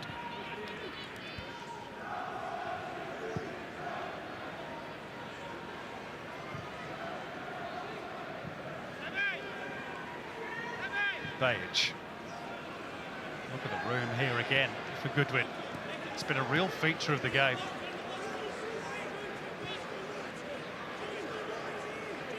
Well, I do think when Darren Bazley goes back with his staff and analyses this game, he'll probably see as well let this play. Boyle. Cleared by Garbutt. Helped further away. I was just saying that I think New Zealand staff will look through this and that when they analyse it and say that they've probably given Australia too much space in that midfield area behind their own midfield. We saw Luongo, Metcalf particularly in the first half, and we see Goodwin and Geordie Boss as well coming inside into those areas and really getting a lot of space on the ball. New Zealand's next internationals, a couple of friendlies in the November window. Both away to Greece and then Ireland. The next competitive game still some way off, with the Oceania Nations Cup to come in 2024, plus the World Cup qualifiers later on in the year. It is one of the problems for them, and one of the reasons, of course, why Australia wanted to get out of Oceania.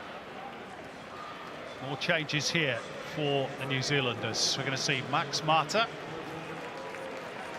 the expense of Chris Wood. And a second cap for Tyler Bindon. He'll replace Michael Boxall, younger defender, who plays for Reading.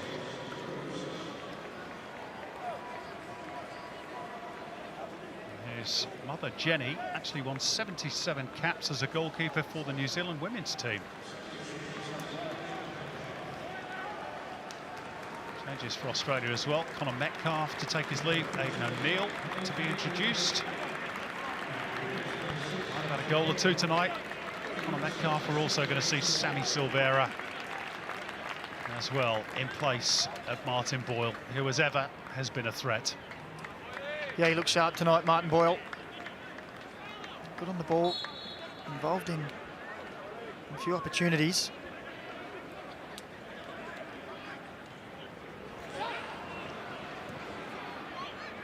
Cowards trying to drive his way through.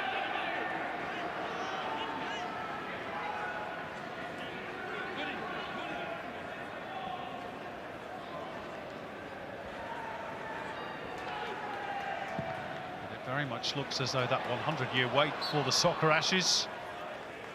As Borello is flagged offside, he's going to go on a while longer for New Zealand.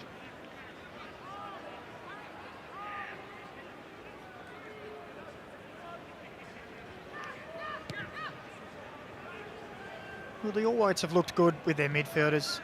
Stamenic, juiced early on the left. They just haven't really had any punch going forward, have they? Move into the 83rd minute now and still without a shot on target. Haven't really troubled Matt Ryan. Just that one moment of alarm when Bill Tuiloma's free kick struck the bar. But even then, Matthew Ryan, you fancy, had the angles covered. Yeah, he let that one go, didn't he? Knew it was flying high. And they fashioned something here.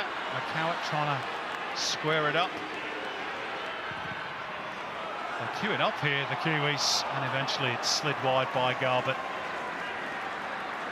Disappointing end to a promising move. Well, you can't deny the intent. 7 New Zealand players up and in and around the box. And the finish from Garbutt at the end, less than desired.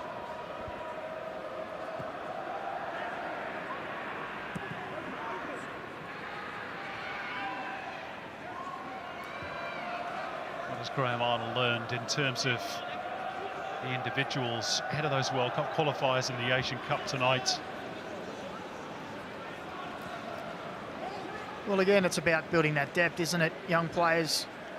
There's 14 players in this squad with 10 caps or less, so it gets another look at those players, see how they can handle competition at this level, as well as some silverware on the line, not just, you know, a friendly. I know these days they say that friendlies aren't friendly anymore and they're all seen as competition and strong games, but there is something on the line here.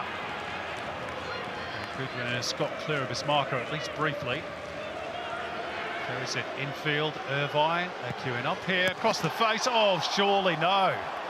Brandon Borello, it seemed more difficult to miss.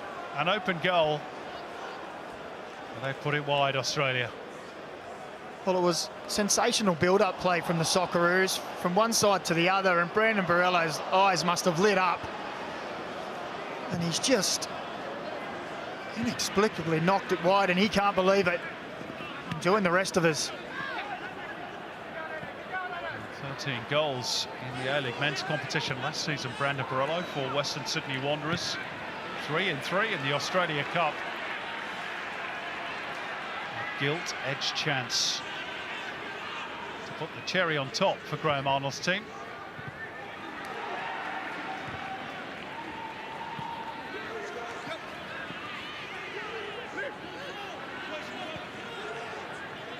We spoke a lot about that final part of the Socceroos game, being clinical in front of goal. And yes, it's 2-0, but that goes in and 3-0. And then if they can consolidate with the fourth, and it sends a message, and that then exudes through the squad.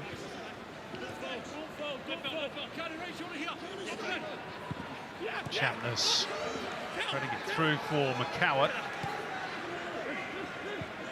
He's forced to turn back towards halfway. Stamanic. Kerwin. Now Ben Wade on the right to sling the cross in. Ryan Strain. I was about to say coolly done, but I'm not 100% convinced it was. Now, I think that ball dipped on him at the last moment. And he had to make a quick adjustment. As the Kiwis on the field. Yeah, the Kiwis come flying in.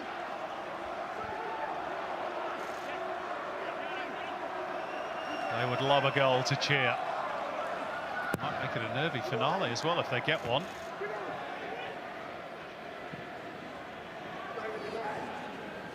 Australia looking to break forward, as is Bajic. Brandon Borello just threw the head back there. He knew he wasn't going to get there. Yeah, it was probably played a little too early for him. He just need a little bit more time to make his way up the field.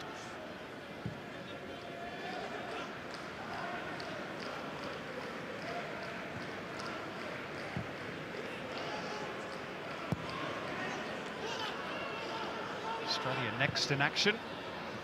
16th of November, Bangladesh at home at Amy Park. If you want tickets to go and cheer on Graham Arnold's team as they begin their quest to reach the finals in 2026, they are still available. And 5 days after that, they have really tricky assignments against Palestine, which, given the troubles in that part of the world, will take place in Algeria.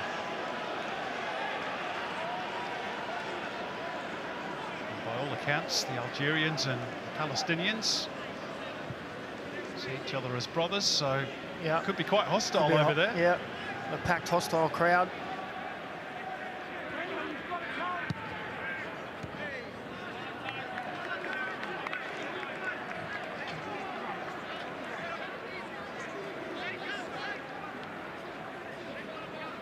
Graham Arnold is going to go into those games with the Soccer Ashes at least seemingly safely in the bank.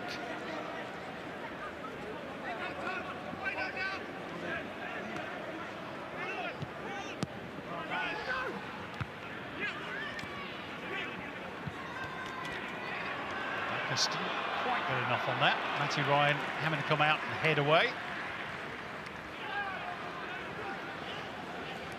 Bit of space again. Strain.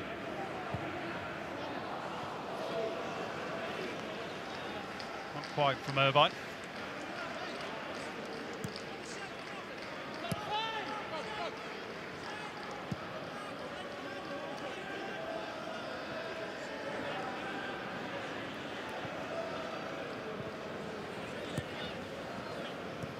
From New Zealand's point of view, Macca, back on the 2 goals has been, I guess, preventable, given that both came from pretty weak defensive challenges in the air.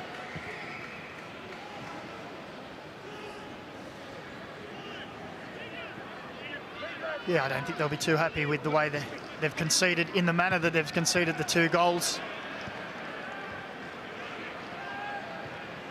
Sloppy from Goodwin.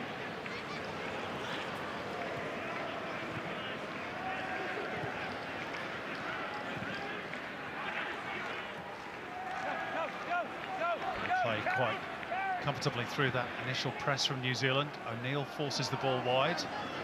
Goodwin.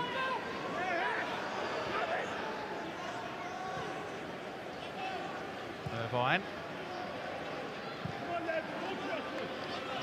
Third goal would probably reflect their dominance more accurately. Silvera clipping the ball in. Reset through Backus, and now O'Neill. Ben Wayne sticking to the task.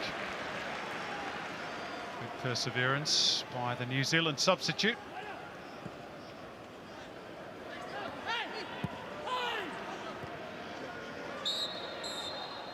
And there we go, full time, and for the first time in 69 years, Australia win the Soccer Ashes.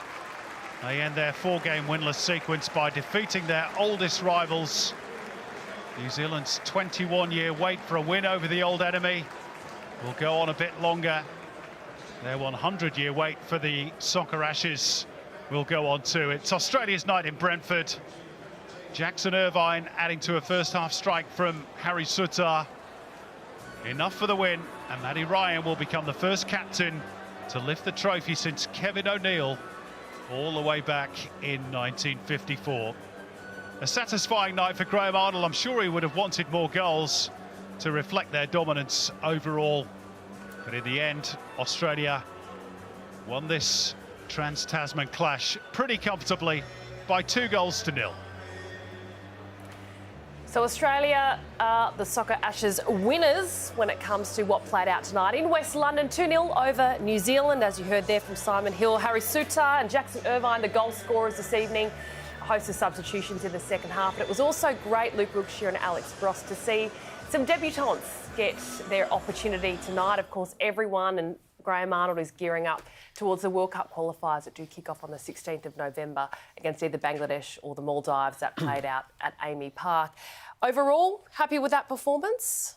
Yeah, look, comfortable, very comfortable. I think, you know, the Kiwis were pretty toothless. You know, Chicardi making his debut at the back alongside Souttar wasn't tested at all defensively. Again, we showed the dominance that we have aerially, threats on set pieces, but overall I think a convincing, comfortable victory. It was. Look, it probably wasn't as fluent as we'd like to see, especially in possession. We saw more of it in the second half where it started to click and we started to find, you know, players in better areas and that those passages of play, the build-up from back to middle into creating chances was a lot better, but that takes time as well. I think given the opposition we've been facing in recent months, it is difficult just to flick that switch and all of a sudden become a team controlling possession, moving the ball around. So I think the second half was a lot more positive and look, exciting, and I think what Arnie's done in bringing in these new faces, you know, has us in a good way, I think, for these qualifiers. Yeah, it does indeed. I'll ask you who impressed you the most on the other side of this short break. But for now, it is the Socceroos that get the result against New Zealand. 2-0 in the early hours of this morning. We'll see you very soon. Looking for an option. On the right foot! Razzo! Top corner! Here she is hitting that! She has been fired up for this one. What a strike! It's wonderful! The comeback for Fowler, beautifully done! It's there for Kerr! And she's fired the Matildas in front.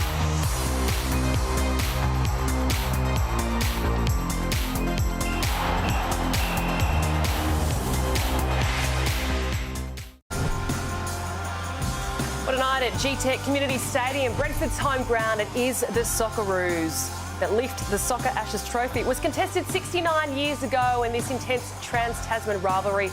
Well, it continues here tonight, and great to see the Socceroos celebrating with some of the fans that turned up to the heart of West London. Mitchell Duke there as well, who was right in the thick of the first goal. It was given to Harry Souttar. Was it Dukey? It was Harry Souttar, but it could have been Dukey. Anyway, let's get some reaction right now and head out to Tim Morgan, who's with Massimo Luongo. Massimo Luongo, thanks for joining us. Let's start with yourself personally, playing for the green and gold for the first time in almost 5 years. How did it feel? Oh, amazing. Amazing, honestly. I just enjoyed it from minute one. I just went out there. I wasn't nervous. I wasn't building it up in my head or anything. I just felt, oh, this is nice.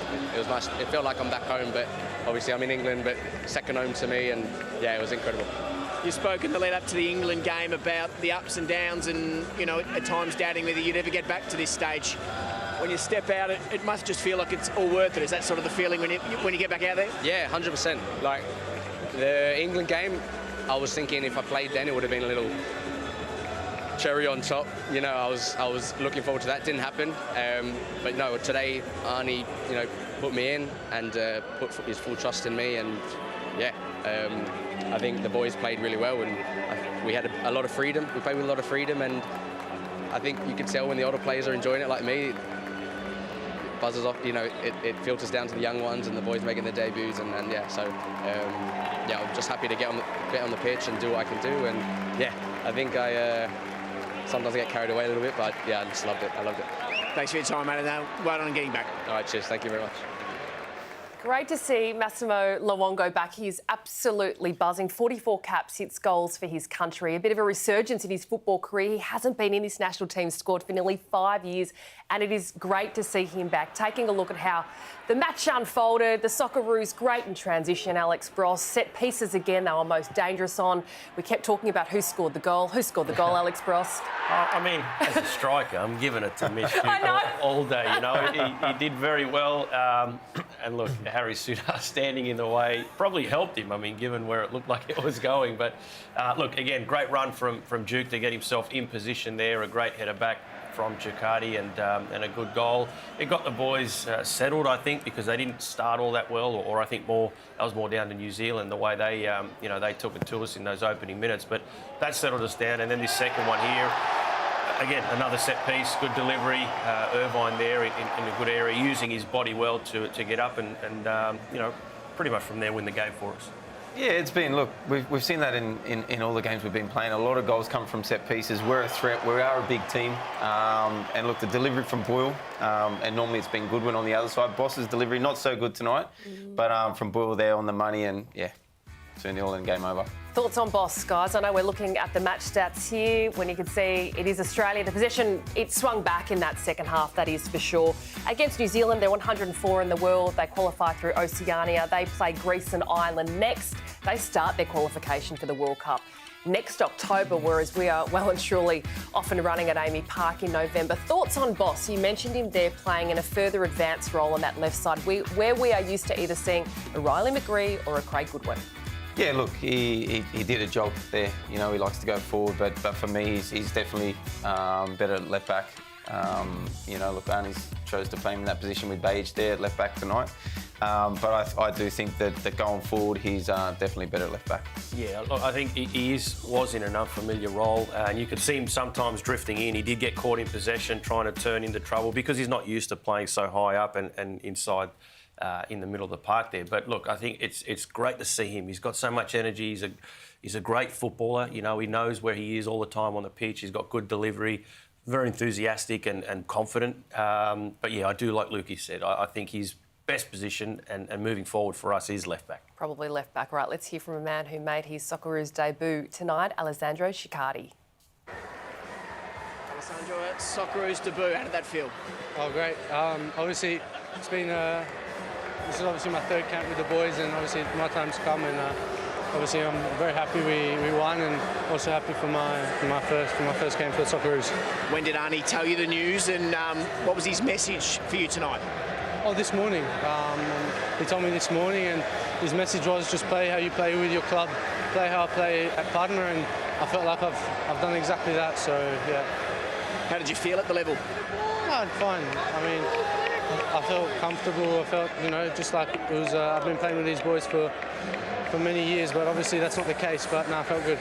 When you get up and you knock down the assist for the goal there, that must have calmed the nerves. What was the feeling there to make sure you were such a big part of that first goal? Oh, nothing. Ball come to me. Just I've done that many times now, and today obviously I knocked it in, and the ball's gone in the back of the net. So obviously I'm not sure if it was Juki or Harry, but well done to them for the goal, and obviously got myself an assist, so all happy.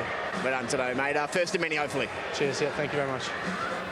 Great to see Alessandro wear the green and gold and get on the pitch. His starting debut for the Socceroos this evening. When you take a look at some of the opportunities, though, it's Geordie Boss there that the Socceroos did create, and it's what came up against England a couple of days earlier.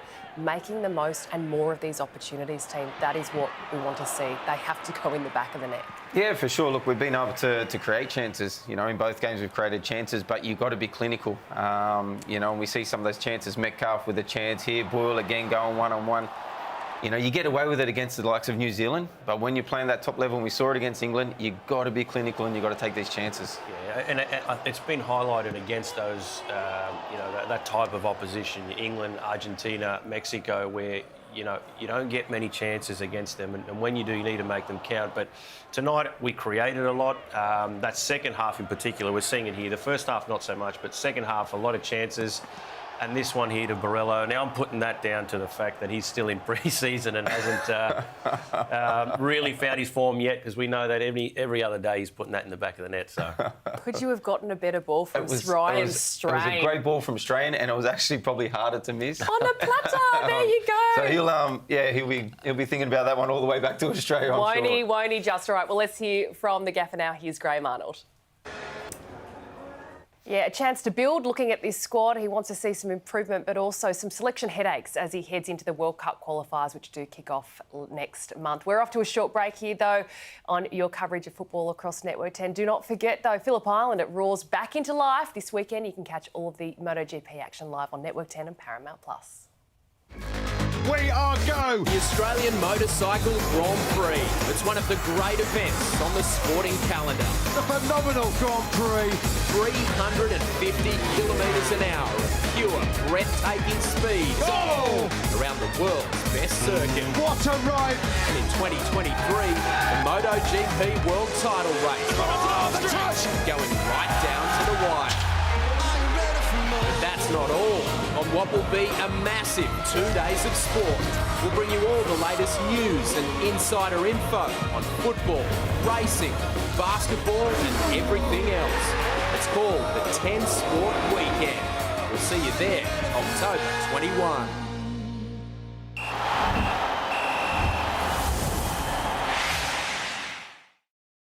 A new chapter for this special old rivalry. We present the Subway Socceroos with the bespoke trophy as recipients of the Soccer Ashes 2023.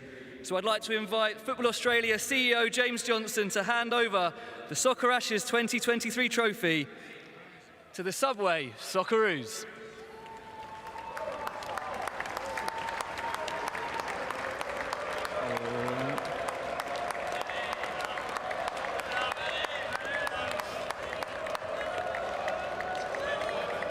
Congratulations to your Soccer Ashes 2023 winners, the Subway Socceroos!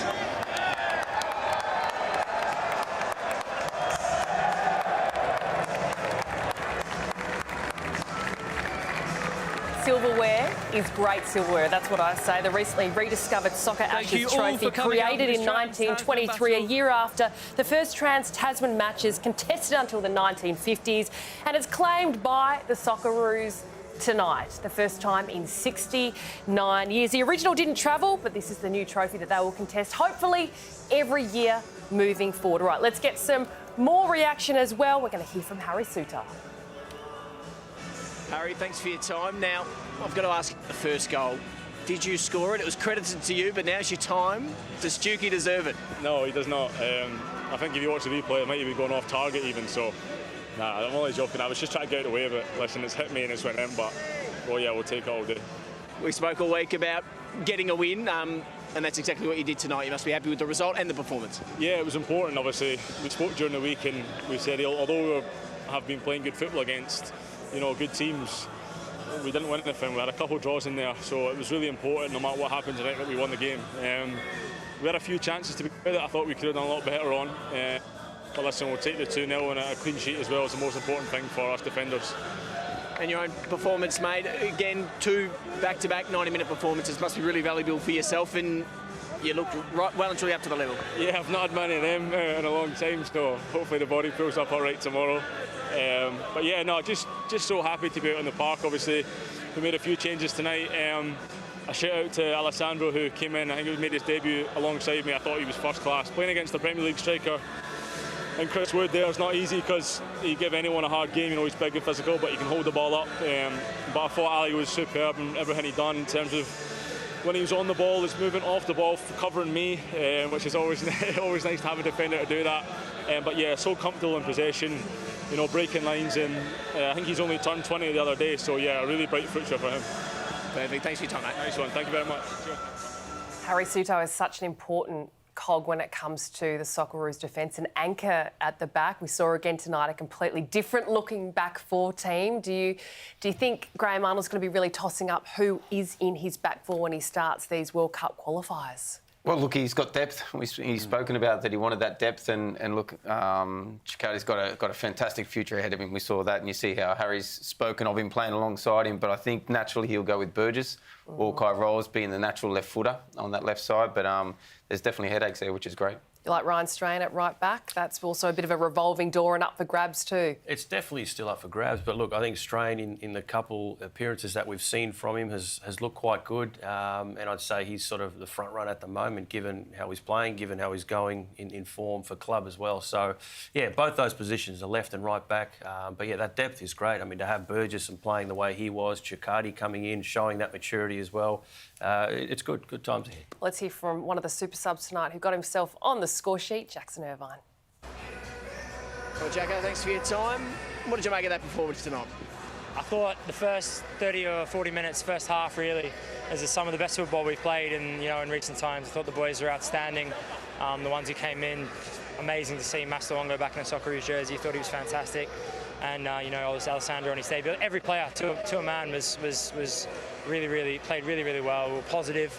We built on the performance on Friday. I thought we were much better with the ball, created more chances. All round a really positive night for the team. Is the big focus when we move into the next few windows just being a bit more clinical in front of goal? Because it's probably the only thing we could fault you on tonight. Yeah, exactly. I think it's always something we look to improve on. Scoring goals is the hardest thing to do at whatever level, especially at international level. But the chances we're creating are probably clean cut enough that we should be scoring more goals. But if your problem's winning but not scoring enough, then you're doing something right. So tonight was just a fantastic way for us to build into. We've got a couple of windows now of friendlies. We know we don't take them as friendlies, but we're into business side of things now with World Cup qualifying and Asian Cup preparation. So I think there's a lot of good things for us to take into those games in November. Yeah, throwing it forward to the qualities in tournament football with the Asian Cup. Firstly, see the young guys, how tough's it going to be on for spots and how excited are you to get back into real competitive, not friendly fixtures? Yeah, not only competitive, but for a lot of these guys, it'll be a totally different experience. Playing away from home in Asian qualifying is like nothing you've ever experienced in football before. That'll be new for them. It's not always Premier League pitches and Wembley and the likes of that. So there'll be lessons for us to learn all the way through. But this group's just got a fantastic set of heads on their shoulders. They're calm, they're composed, they're humble, and they're a pleasure to work with. And we're just seeing them getting better every time I play with them. Just going to ask about the goal. Got a little mark on the head. That's not from the header, is it? No, that's from Matty Ryan taking my head off at the other end. It was only a shot one on the pitch for me tonight, but a couple of head knocks, so one at each end. So if they go in, then I don't mind. Thanks for your time, mate. Well done. Cheers, mate. Cheers. Yeah, Jackson Irvine was immense off the bench this evening as the Socceroos wrap up their two-match friendly series over in the UK. A 1-0 loss to England and a 2-0 win over New Zealand tonight. So much football is heading your way.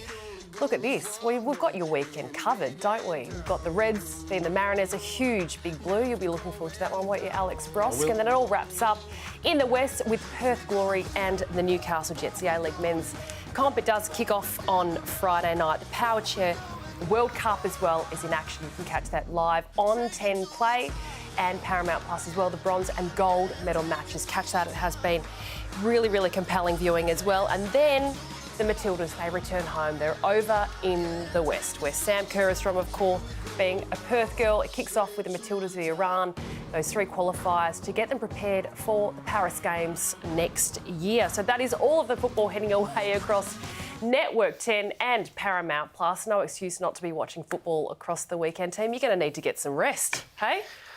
Been a good couple of days, and we roll on to the weekend. More to come. We roll straight into the weekend. Alex Ross, Luke Wilkshire, thank you so much for your company in the early hours of this morning. We look forward to seeing you across all of our coverage, and we look forward to seeing you across our coverage at home as well. The Soccer Ashes Trophy, it does go Australia's way. 2-0 tonight to the Socceroos over New Zealand.